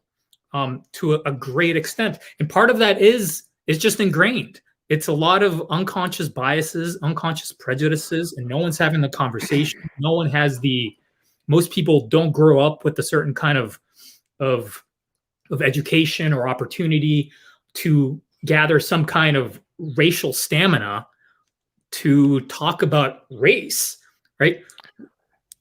Don't you think some of it is perspective as well? Because I think, anybody that's had the ability to travel or to be outside of their little bubble is going to be a little bit more accepting of different cultures. I honestly, the fact that I moved around so much from the time I was like 6 years old, I moved all over South America.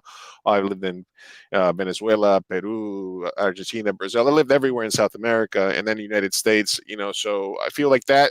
I feel lucky that I've had the chance to get a perspective of different cultures, but a lot of it, if you grew up in this mobile, you saw these shows. These are the types of shows. When we did the diversity thing, I was like, we have these. You have to literally ask yourself the question: does this lead have to be a white male? Yeah. Why as a Latino writer am I writing this and I'm defaulting to a white hero? Why, it's about questioning yourselves. And we have another comment here from Risty Artifact that said they're going to do what makes them the most money. And then Moss Friend said, do you mean that minority representation in media is only included because it can make more money? What I'm saying is, as a cynic, you could look at it real cynically and say, right, it's a new age. People are more inclusive. Younger people are less racist. There's obviously a movement within these companies to do that. But if I'm looking at it black and white, where 26% of the 26% of the money that goes into their pocket is coming from us, and we're only 18% of the population. So, is it that people are more woke? Is that people are progressive? Is it that the things that Julián and other people are out there doing is making a difference? People have been doing this for years. This is not a new battle. This is not a new struggle. Is it that? Is it the work that we're doing, or is it just the fact that they're like, hey, these guys got a little bit of extra dinero? We're gonna want to take some of that away. But yeah, like I said, go ahead, Julián. No, I was gonna say it's not even just having extra dinero, right? It's also that it's if we're just simply being cynic and going to cost benefit analysis, it's also, are they going to lose opportunities if they focus on representing certain groups? Yeah, that movie might make a lot of money with 18% of the population. That's 26% of the industry. But what about the white majority of population who they can focus and make shows with the same amount of money to make more money back from it, right? And the Latinos are still going to watch those movies. So, you can go all the way to that extreme as well. But yeah, money is not just currency. It's also time, energy, and lost opportunities, right? So you're balancing out. But that's why I'm saying, yeah, either they're making money or they don't want to lose money in the future. You see all the optical performative allyship with these companies. You see the NFL finally, like, after taking a knee and calling, and now they're like, oh, well, why is that? Did they really have a moral reckoning, awakening, or was that Colin's not a team yet? He hasn't gotten he hasn't gotten a job yet. No, but there's something about the fact that they're seeing the power of culture, right? They're seeing. Is it being shamed? Are these corporations being shamed? Right. There's a certain kind of shame that's also going to hit the pocketbooks. Because now it's like, no, after a generation dies out and the new generation starts to grow, they realize that now they have to also talk to, if they're only looking at money, right, they also got to talk to this huge population that now are going to be voting, consuming, and they're making different demands. So that's culture. That's the power of culture. And to be good at it as a long-lasting business, you gotta at least have the pulse in that culture, and it's changing. But but again, if the system only changes, if we design a system that only focuses on money, and that's when social justice issues become a priority, when I don't care, I could be anti this, but I'm only going to create the show because I'm going to ultimately exploit the pockets of the oppressed, right? Because they're now 26% of my industry. We cannot design a system that where social justice is a fortunate byproduct. Plain and simple. You can't polish apples. There's a Queens in you. Yo, we need let me make this straight. Honestly, and I think that's something that all people that have a brand have to kind of deal with. What are you about kind of like your internal mission statement? Are you about kind of what's hot? Are you kind of like just following trends? Are you like, oh, we're old school, and stuff like that? It just kind of depends. Even the 2 a.m. burrito Pride sort of logo that I made for Pride Month. When I made it, I was like, am I being like a corporation right now? And like being like, or am I being, so I sent it out to, some of the actresses and actors that have been in some of our films are gay, bisexual, etc. So I was like, sent it out to them. I was like, hey, is this the correct flag to use for this? And what do you think about it? And they're like, oh my God, that's so cool. So I wanted to at least reach out to somebody in my inner circle. So I didn't feel like I was doing something that like Walmart is doing right now, while at the same time, I don't want to say Walmart, I don't know, X company that also is funding anti-gay legislation and stuff like that. Exactly. I don't want it to be performative, like you guys were saying. How you feeling? You still good, Julián? You still got energy? I can talk for hours. So. All right, cool. How are you doing? No, I'm fine. I'm trying to measure it out. I only lit the blood for like a half a second because I was like, I don't drink or anything, but I got the guado on standby just in case. But so I'm good because I was looking down at my notes and I still got a couple. I got one other thing that I think we're gonna probably take a little time, but I wanted to do a couple of quick hitters with you real quick. Yep. While we're here. Want to remind everybody, thank you that's stopping by. You can listen to the audio version of this only. Later on, if you just look for the 2 a.m. Burrito podcast on iTunes, Spotify, whatever, make sure that you're following us on Facebook.com/2am Burrito, Twitch.tv/2am Burrito, YouTube.com/2am Burrito, etc. I am at Big Chief Burrito on Instagram and Twitter. And also make sure that you guys go to TheNasiona.com where you can find out all the information you need and you can look for Julián or at TheNasiona on Twitter as well and kind of follow him and kind of if you are creative, kind of see what's going on and the things that are happening too. Now I'd like to do a segment, Julián, that's called Should I Buy This Shirt?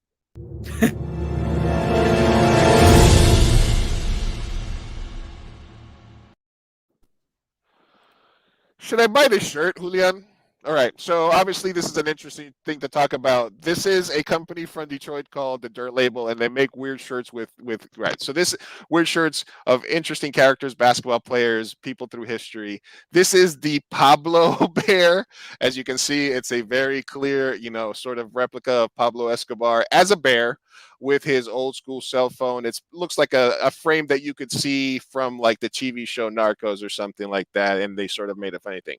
Obviously, the reason I picked this as the should I buy this shirt for this one is because of the fact that as Colombians, specifically from Medellin, we have this because Pablo's, it's an interesting figure in Colombia. Obviously, when you talk about Colombian culture, Colombian cinema, 98% of it, well, let's say like 70% is narco stories, 28% is telenovelas that get then made in Mexico and then in the U.S.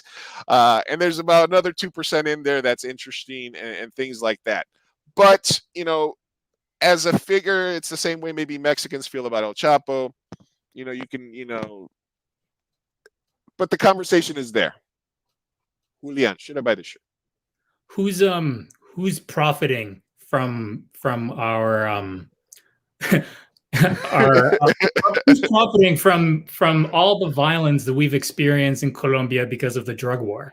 Who's selling this shirt? Where's the money going? The money is going to the Dirt Label, which is, I believe, a minority-owned clothing company based out of Detroit. Are they Colombian? Is this cultural appropriation? Like, are they just profiting from like our exploitation? I think it's more like those are the questions. So those are the kinds of questions I would just say automatically. I don't know all the answers, right. But it continues to perpetuate these negative stereotypes. I don't know there I are mean, they got plenty a other things I'd rather talk about Colombia than that. they got a Tiger Woods one. Yeah, so I tend to not buy anything because of the environmental impact. So I would say no, don't buy it. I see you Okay. got a good shirt on right now. Let's go. Why do you? All right, all right, all right. Why do you? That's a legitimate, Lou. You have too many shirts already. Yes, you are right. I tell that to myself. Um, but sorry, I just thought it was kind of cool to just ask you that because Yeah, it yeah. is a conversation that as somebody from Medellin, you said like the question that people first ask you is, does your dad sell drugs? When I got to San Diego in California, that I also, because there's not a lot of Colombians out here, and I even got the Colombian tattoos and the Uruguayan tattoos because everybody thought I was Mexican, so I could sort of distinct myself. I'm not, Yeah, yeah. but obviously I embrace the Mexican culture living here. But it is a weird relationship to between folk hero, thing that's most recognizable about your culture in the world, knowing internally and having people in your life affected directly by the narco wars. I lived in when I moved to Colombia, I moved to Medellin in 1989. So I was I I was left. Yeah. I was standing on a balcony when a bomb went off, like at the Plaza de Toros in Medellin, like three Yeah, blocks away from my house, like I was there in the shit. yeah. So it's a weird relationship to have. Some Colombians embrace it. I think more non-Colombians embrace the character now than Colombians. But what's your relationship with that sort of part of our culture? I mean, I don't want to whitewash it. It's part of our culture. Like you saw, one thing that I really dislike about a lot of the propaganda that has come out of Colombia is this kind of like that, oh, Colombia's passion, right? This kind of like any critique, anything that it's going to make Colombia look negative. Why are you even bringing that up? Why are you talking about that? No, it's part of our history. We got some shit to deal with, just like the United States got to deal with its history of racism, right? We got to deal with that shit. It's real. However, that's the only story that's talked about, right? Well, for the most part, is that kind of drug trafficking, the negative component. And I would like to see more stories come out to show the entire spectrum of what Colombia is, who Colombians are. I mean, the fact that I don't even consider myself Colombian simply because I hate the fact that the country is named after Christopher Columbus. Really? We get pissed off because someone spells Colombia with a U instead of an O, but not the fact that that's probably the greatest symbol of colonialism. Right? So, so all those things for me,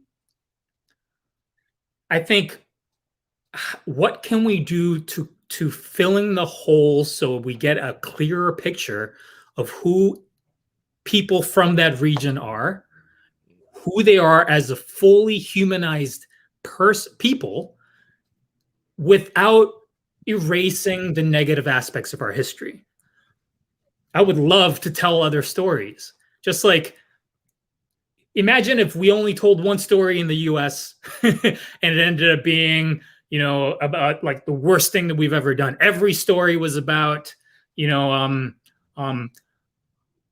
racism in the 1800s. And that was the only story that we ever told in blockbuster movies and whatever. All the shows are about the slave trade.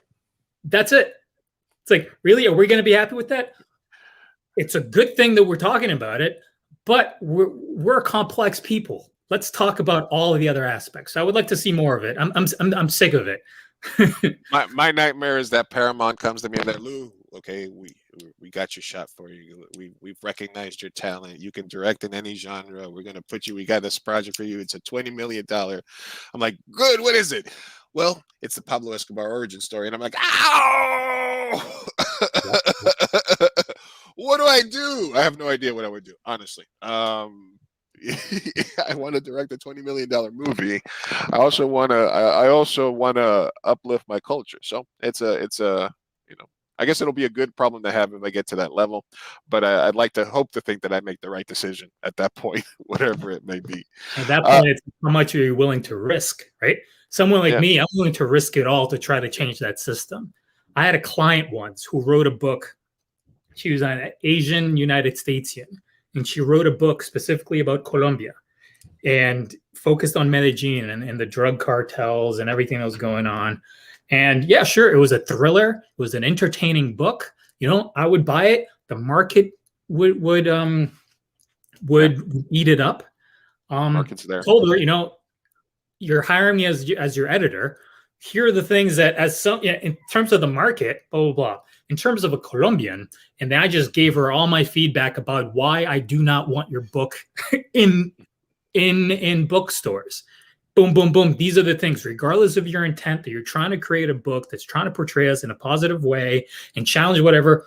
You're using every single tokenized negative characters are in the book to perpetuate the very same thing you're saying against. So you're failing, right? Regardless of your intent. I saw someone on my feed, someone I know, who just got a screenplay, a contract for a screenplay with John, who's going to be starring John Leguizamo, and part of it is in Colombia. I made sure to figure out, you know, how do I get my like a certain story of this, you know, Irish man, Canadian, white dude to at least learn about the history. How can I influence, right, the story that's going to be produced? So I would take on those $20 million to tell that story, but I am going to fight to the death to ensure that it's a little more equitable in terms of telling the story. And if they fire me, they fire me, but I'm not going down quietly, and I'm going to keep that that pressure on. Hey, you know what? I think that'll probably be my move. I'll be like, you know what? I'm gonna make it. You know what they say is don't get if you're an actor, you know, don't get fired the first day because then it's too expensive to replace you. So hopefully Yeah. that applies to directors. I'm gonna shoot like the first two. I'll shoot like a real bloody scene one day, and I'll be like, all right, I got some changes here in the script, and they're gonna be like, what? And they'll bring John Chu in to reshoot it. That's right. He'll fix everything. Yeah, I mean, Or- yeah. He did in the Heights. He knows the culture. He's been to Washington Heights a couple of times. He's good. When it comes to you're on a desert island and you can get one of these two writers' collections to read, Edgar Allan Poe or Ray Bradbury.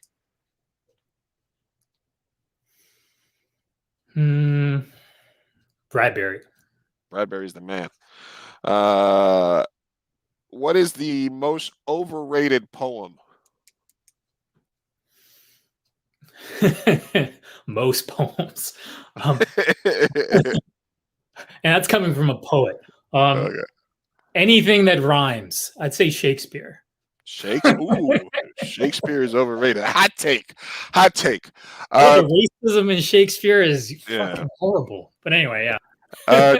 Do you believe in a vomit draft of a manuscript, or do you believe in a thorough outline and then trying to make the best first draft that you can? I think it depends on what kind of creator you are. For me, I have to just vomit and I'll figure out what I'm trying to say after I've written. That's the way I work, and that works for me. I know other people who need to know exactly where the story's going and fill in the blanks of the outline. I definitely vomit draft. And one of the things that I didn't realize were true until I learned about it later was that you don't know the themes you're writing about until you get past that first draft. You don't even know what you're saying. And all of a sudden you're like, wait a minute. Then you have somebody else read it and they're like, dude, you're talking about, you know that you have a theme of this in here. And then you're like, what? And then you go back and you polish it up and you're like, all right, I got you. That's when you outline. Yeah. So I'll vomit and outline and then polish. Is there a future for museums in the new sort of more aware world in terms of, you know, like obviously museums exist because of colonialism and because of stolen artifacts, things literally ripped from the hands and the lands of indigenous people and different cultures. I mean, they're fighting it and they're trying to sort of get ahead of it, and they're like, hey, we want to kind of do the things, but the people are be like, just give us our shit back. How about you just give us our shit back versus, but it's a place where you can come see the stuff and Give them their shit back. If they want to create their own museums, but you're still continuing to exploit them and profit from them, and it's not going to them, and they can't even access their own culture, their own history, their own bones. Like, I mean, give it to them. I've worked in museums, right? And I've worked with, I've run my own history museum. I've worked with museums. I've worked with, with hundreds of different historical societies throughout the United States in different jobs that I've had. And it's predominantly whitewashed. Like, it's give it back to the people who belong. They decide what to do with it. Give it back. Even though one of the best cheap date ideas is you meet up in Central Park or West, you walk to the Natural History Museum, you pay $0.25 each to get in, and you got the whole run of the place. You run around. I loved going to the Natural History. I loved going to museums in New York. That was my deal. I would have the schedule of the days that they had to let people in for free because they had to do like a 4-hour thing, like on Thursday or Wednesdays, and I would just go every day to a different museum during those times and just absorb everything. I used to get this idea that museums have to be things stolen by colonists. You can have a museum on anything. Right. You can have a museum. When I went to Iceland, there was a museum on different phallic symbols. People's, just like you can tell stories about anything. All museum is you walk into a room to tell stories, and a collection of different stories that are curated for you. It doesn't have to be, you can still have a museum and not perpetuate colonialism. Yeah, absolutely. And then the other thing that I had, let me see, on my draft, we already did this. And then another kind of interesting thing that I thought about, which is sort of gives a perspective to the thought of perspective, is I had a discussion with a white Anglo male filmmaker a while back about the movie Boy's Life. Are you familiar? Yes. Took them 12 years to shoot it. And he thought it was the most brilliant thing in the world because it depicted like this family struggle and this and that. And I guess the kid goes through a divorce and he's got a drunk parent. And I was like, and he just thought it was this monumental film. And I was like, and then his biggest question is he going to go to state college or to like fancy college? And I was like, those were the stakes, not will he be able to go to college because he's undocumented, or will he be able to afford college because his dad's a fucking farmer or a taxi driver? But which college am I going to go to? And I was like, this is the most bland, like lamest. It's a great monumental act of filmmaking to take the time every year for 12 years to go make your boring ass movie. But it seemed like I wish that was the struggle in my life, and I get so, and I was like, how can somebody think that this movie is brilliant? And no, it just kind of something that I thought about while we were talking. Yeah, no, totally. I think it's one of those things that as a content creator and for you as a filmmaker, like, what a wasted opportunity for a story, for content, right?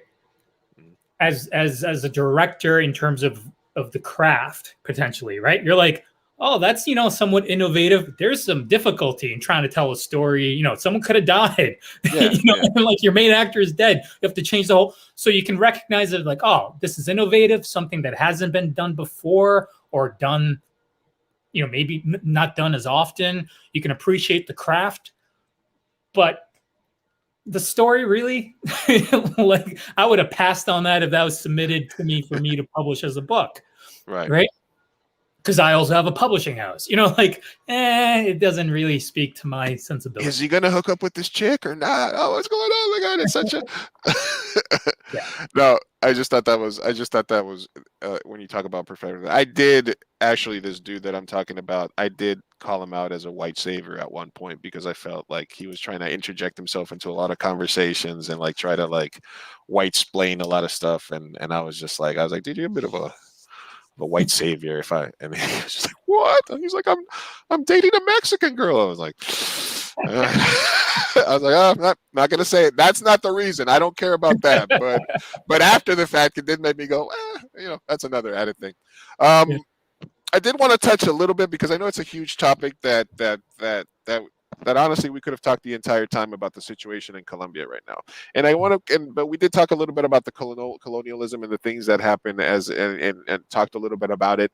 But the aspect that I wanted to bring up is, as somebody that's removed from the country for many years, I felt very ignorant about what was going on in terms of my initial reaction, and the way that I found out about it was through other filmmakers that I met through the Latino film festivals, because I met some Colombian filmmakers and they were like, look, filmmaking is being attacked in Colombia because of these specific taxes, and a lot of arts are being attacked right now. And I was like, oh, okay, well, let me be supportive of this, right? Then I had, then when the riots and the demonstrations started and the police, disappearances and all this happening, that sort of fed into it. And I started to try to learn as much as possible. Through you and other content creators and people that know more about it, I found legitimate sources, because a lot of the media that was being shown was actually not really telling the whole story. But then I did have segments of friends that were left over that I still connected with and through Colombia. And a lot of them felt, or were actively posting about, basically blaming the demonstrators and blaming them and saying, I can't even go to the store because the cops are doing this, or I can't even move around because these freaking demonstrators are clogging the streets and stuff like that. We see that in the US, where they pass laws now saying anti-demonstration. You can run over a demonstrator if you want to, if they're stuff like that. But in that context, in terms of what's, how I don't want you to give us like like an explanation of it, but can you give us like a layman's sort of a breakdown, like explain it to me like I'm a 5-year-old type sort of breakdown of how you see the situation unfolding right now? Well, I mean, you have people who benefit from certain situations and people who don't. And people who complain, and their biggest complaint is, I can't go to the store or to my finca. Right. They're probably benefiting from the exploitation that people who are living day by day are protesting against, the hundreds of years of exploitation that they have benefited from, right? Like, I remember like some of the support for Uribe, the former president from 2002 to 2010, was like, oh, we can finally go to our fincas anymore. It's not as dangerous. We can actually travel outside of Medellin. It's like, oh, really? That's the only concern you have? If you're protesting against something like the United States, oh, I'm going to go protest because I want to go get a haircut, which we've seen. Yeah. Well, what are you actually protesting? And if that's the issue that you're going to like die on a hill on and fight for because that's the freedom, there's something that's telling from that, right?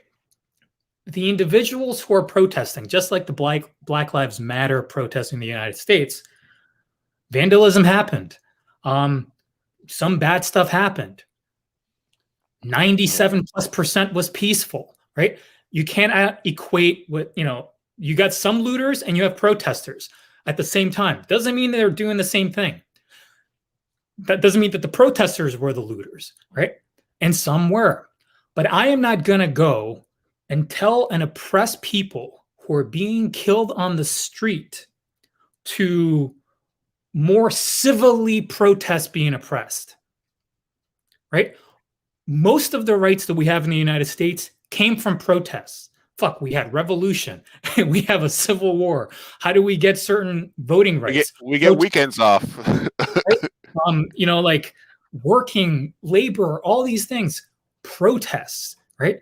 So for an oppressor and people who are benefiting from oppressive systems and cultures to then tell the people who are being oppressed and who have been oppressed for since the birth of the nation, to be like, can you just go and yell over there without making my life uncomfortable?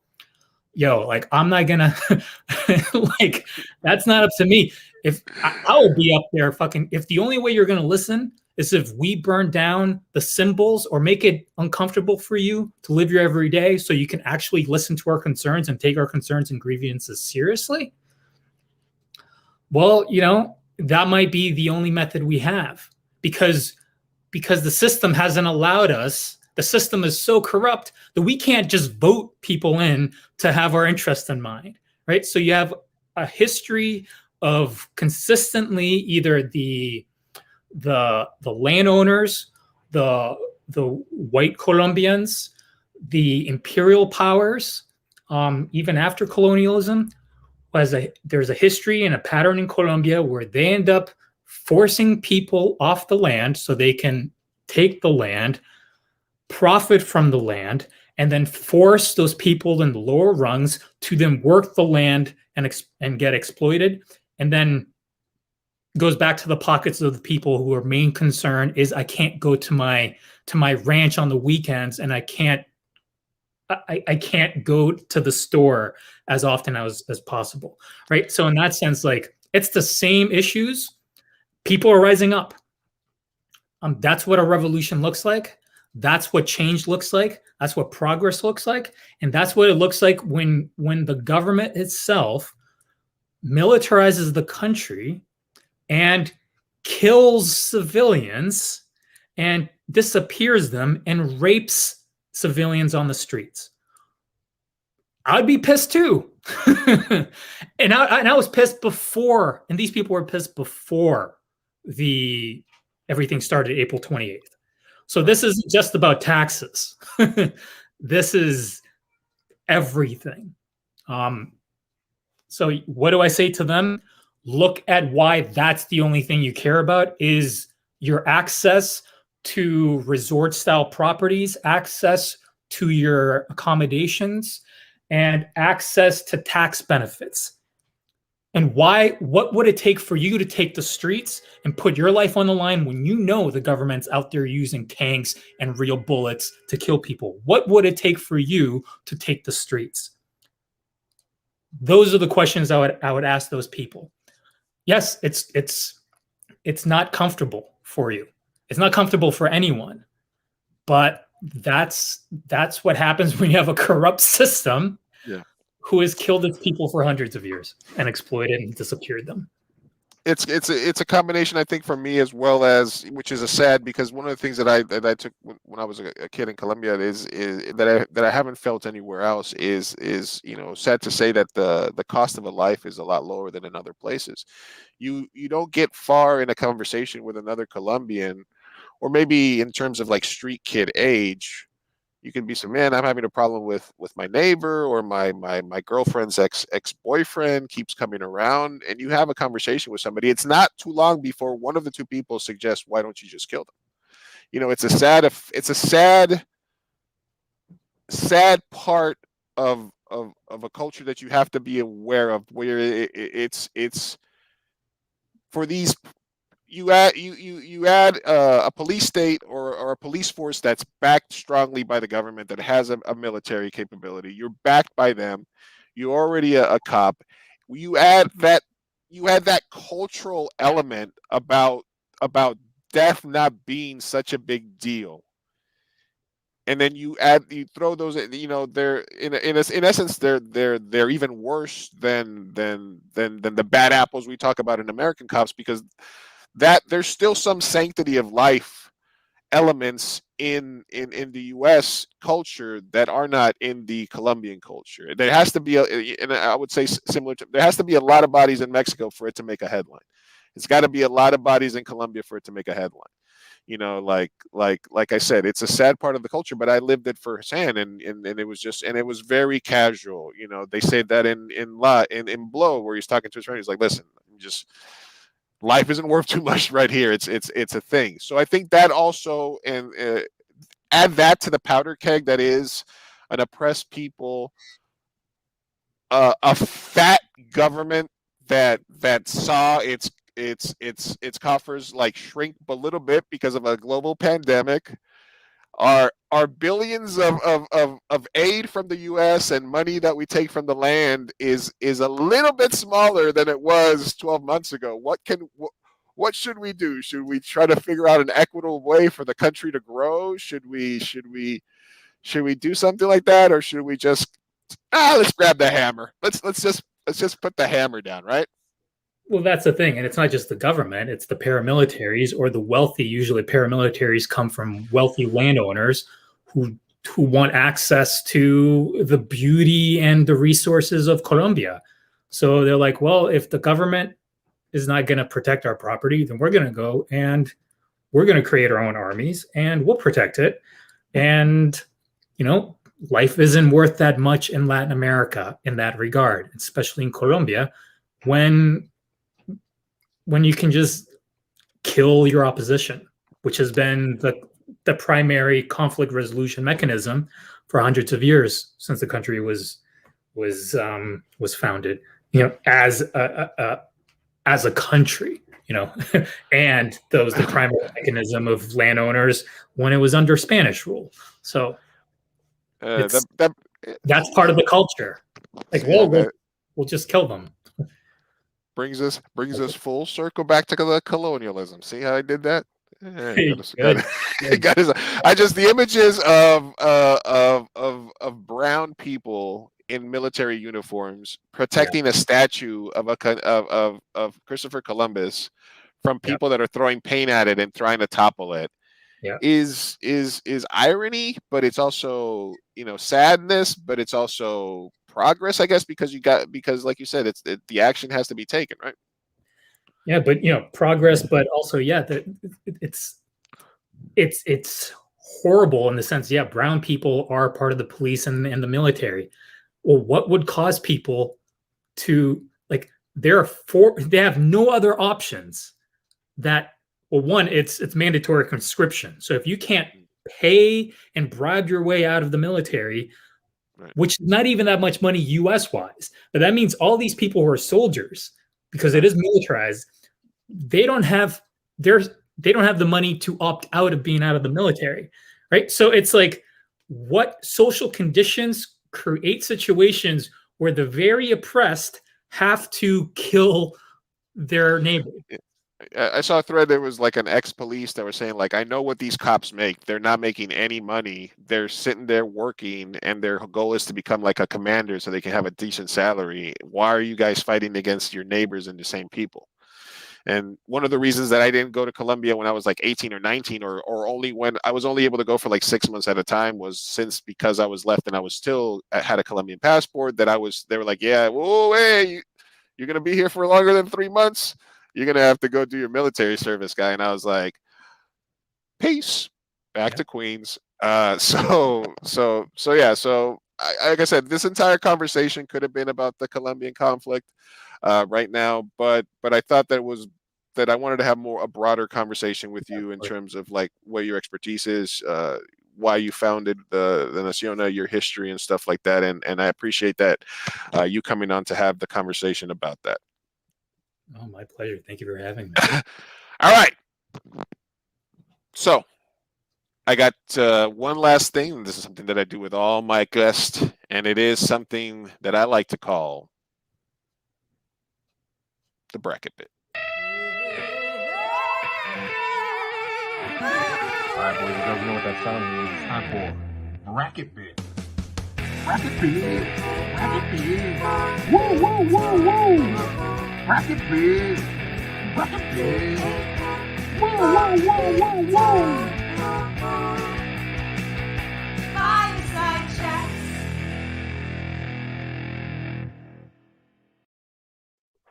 That is right, Julián. That music means it is time for everybody's favorite segment, the bracket bit, right? Remind you that the brackets are created to inflict maximum pain. I create the brackets.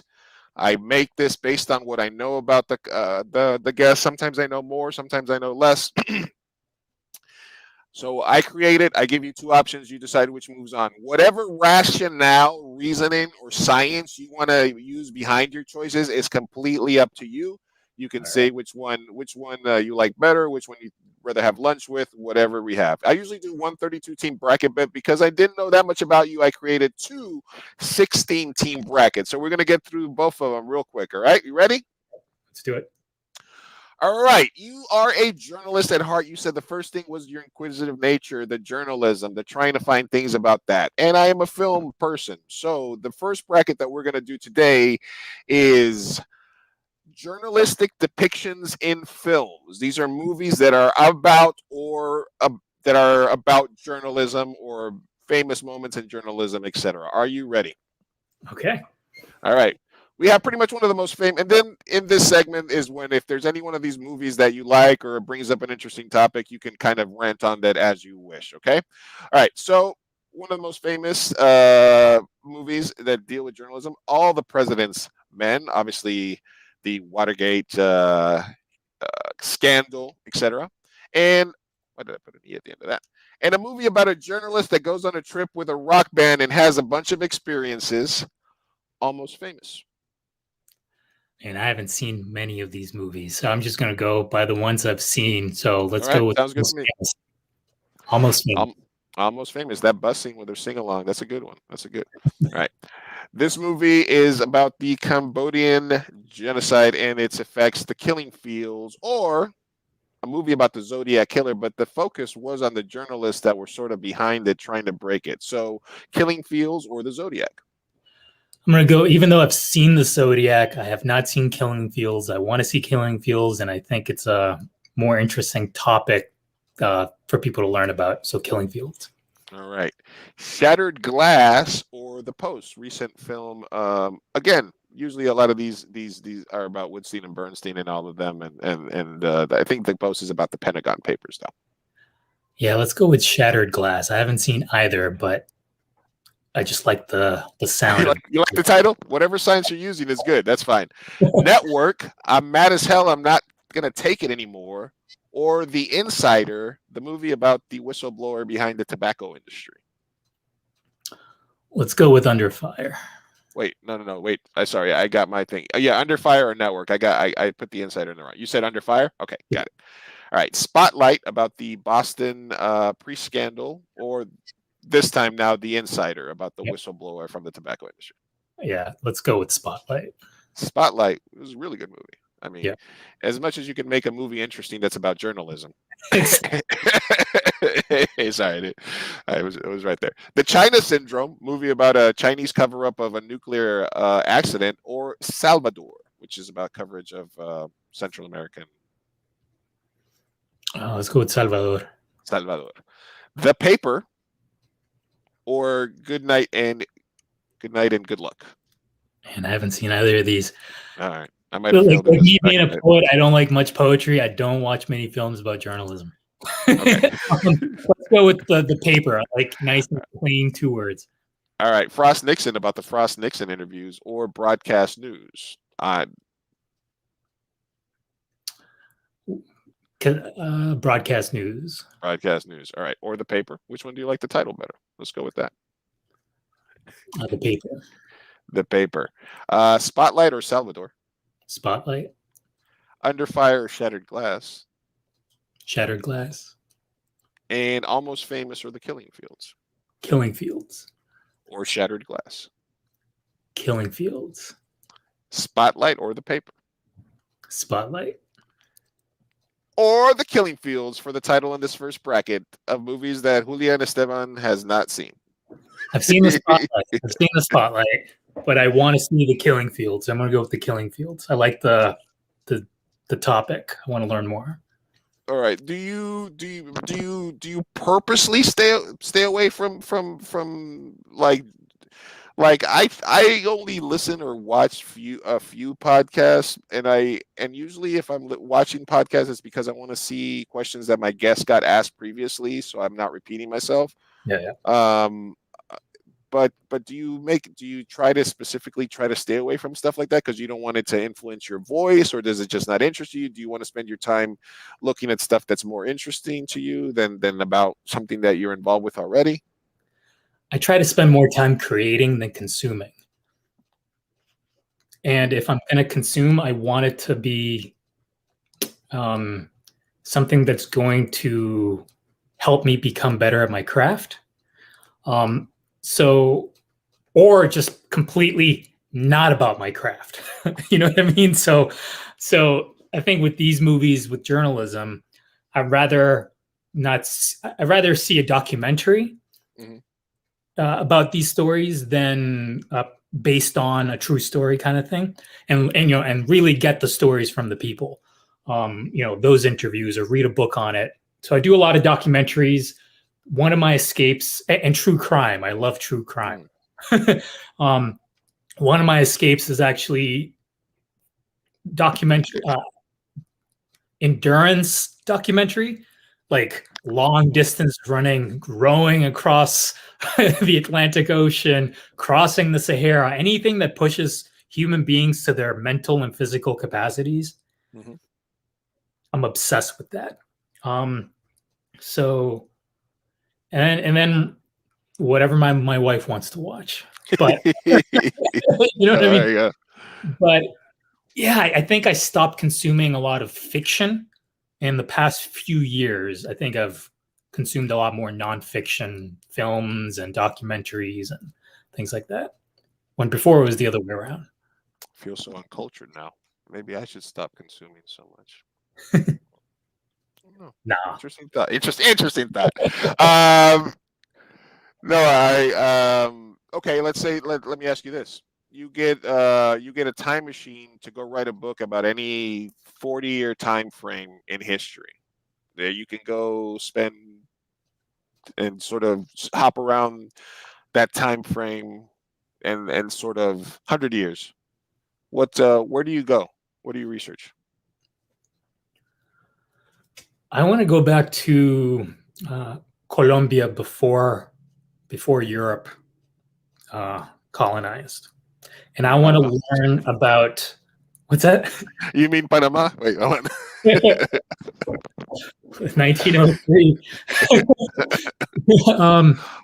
But yeah, I think I want to go back because I've learned a lot through my genealogy. So time back to the beginning, the first conversation, learned a lot about my Spanish heritage, but I'm also, you know, a lot of my heritage is indigenous, and I know almost nothing passed down because I don't have any clues as a journalist to track down names and locations besides the generalized region and the peoples who live there. So I would love to learn more about my ancestors, my indigenous ancestors from that region, and also my West African ancestors. I just can't because I don't know where from West Africa specifically. I would just say, assuming the time machine knows, I would go to those years before they were brought over through the transatlantic slave trade. I One want of to the learn things. about my personal and family history.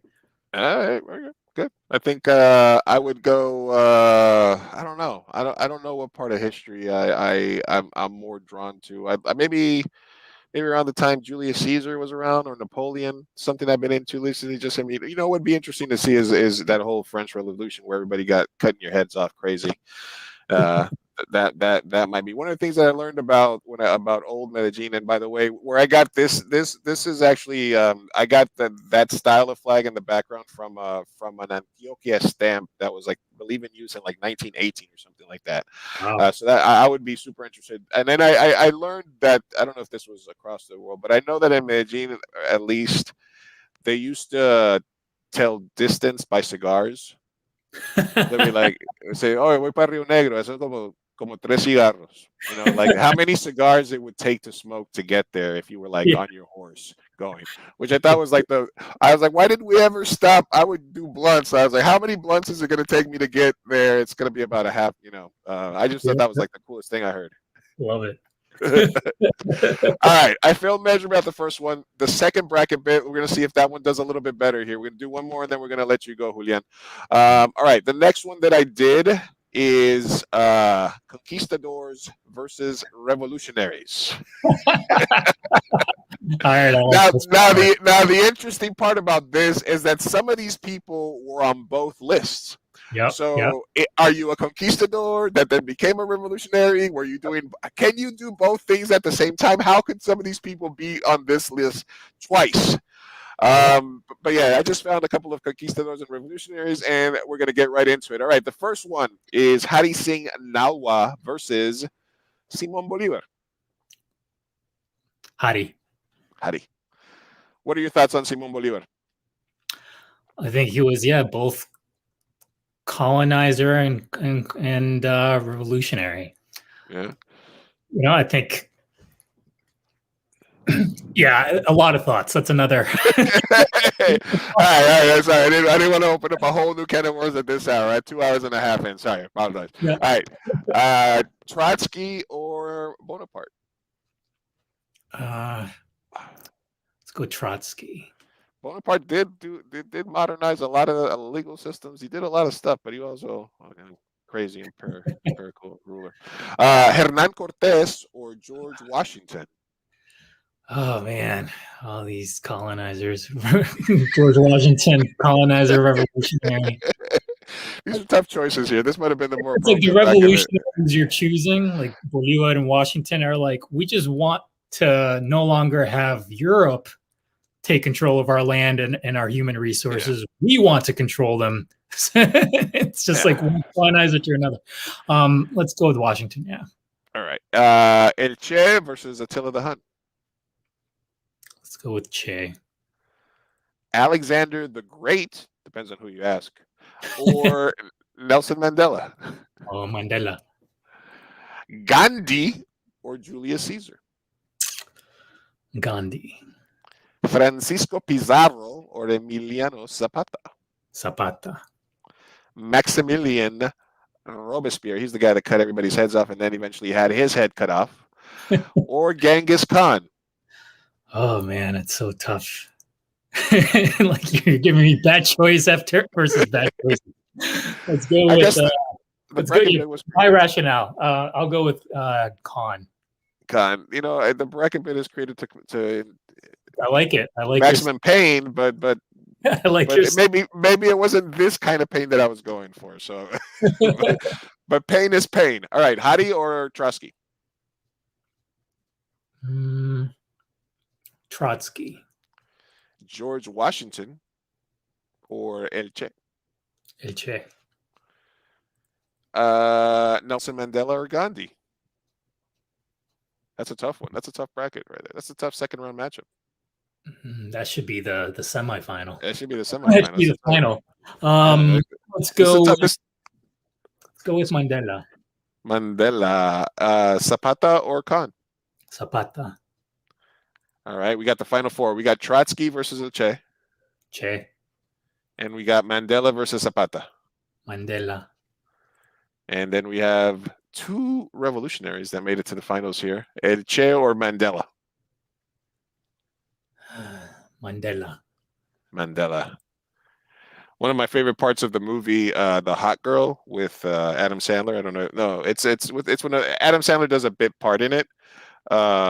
But there's this the hot chick where he turns into a girl or whatever.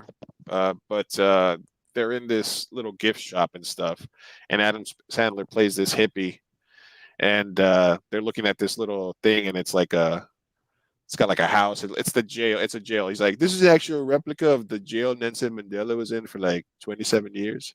And then the girls are like, oh yeah. A lot of people don't realize, and then he takes the top off of it. You can keep your weed in there. And I just thought it was like the dumbest joke ever in an Adam Sandler, but it always stuck with me. But yeah, that's a good matchup there, Mandela versus a Che for the, even though the final really was Mandela versus Gandhi here in the round. All right, both of those were bracket bits.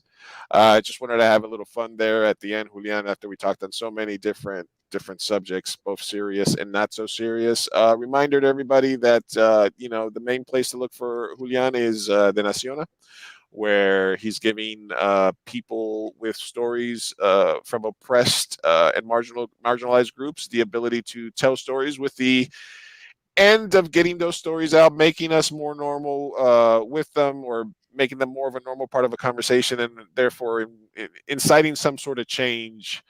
Like you said, this colonialism and the things that affect all the cultures, specifically as we were talking about the Latinx, Latino culture, have been around for hundreds of years. So we can't expect it to change overnight. We can't just take the tokenism and the crumbs that are being offered to us. We have to ask ourselves tough questions and make tough choices with our lives and speak up, around our peers and not feel scared to feel ostracized or people looking at you a certain type of way because you're expressing these thoughts. You got to shake it up a little bit. You got to get out there and do the work. I myself felt very like I wasn't doing enough during this. I was like, man, I need to be doing more here. Julián's making me look bad over here. I'm not doing. Am I doing enough? Am I doing enough? But even though I don't consider myself like I've always, even when I get into festivals and stuff, I don't feel like I'm the type of Latino filmmaker that makes the important films like this, the thought-provoking stories about immigrations, although I have them and things like that. I just want to be considered just a filmmaker that can work in any genre because and most of the stuff, because I believe it is also important to laugh.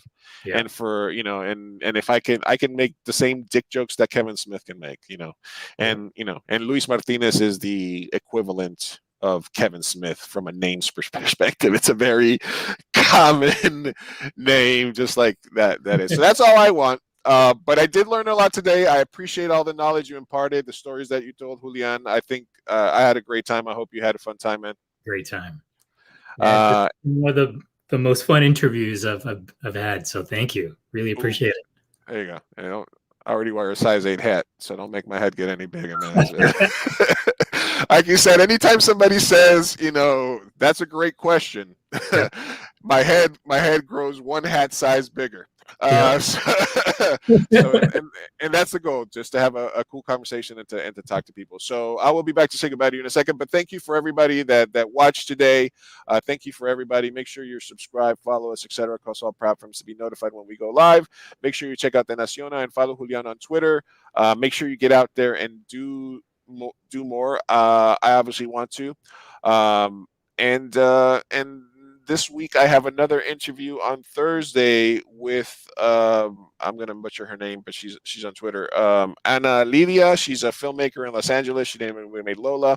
We're gonna be talking live Thursday about filmmaking, specifically as it pertains in Los Angeles and stuff like that, and her journey. So join us then. But until then, for Julián, this is Lou Martinez, aka Biff Chifarito. Thank you for watching. Good night.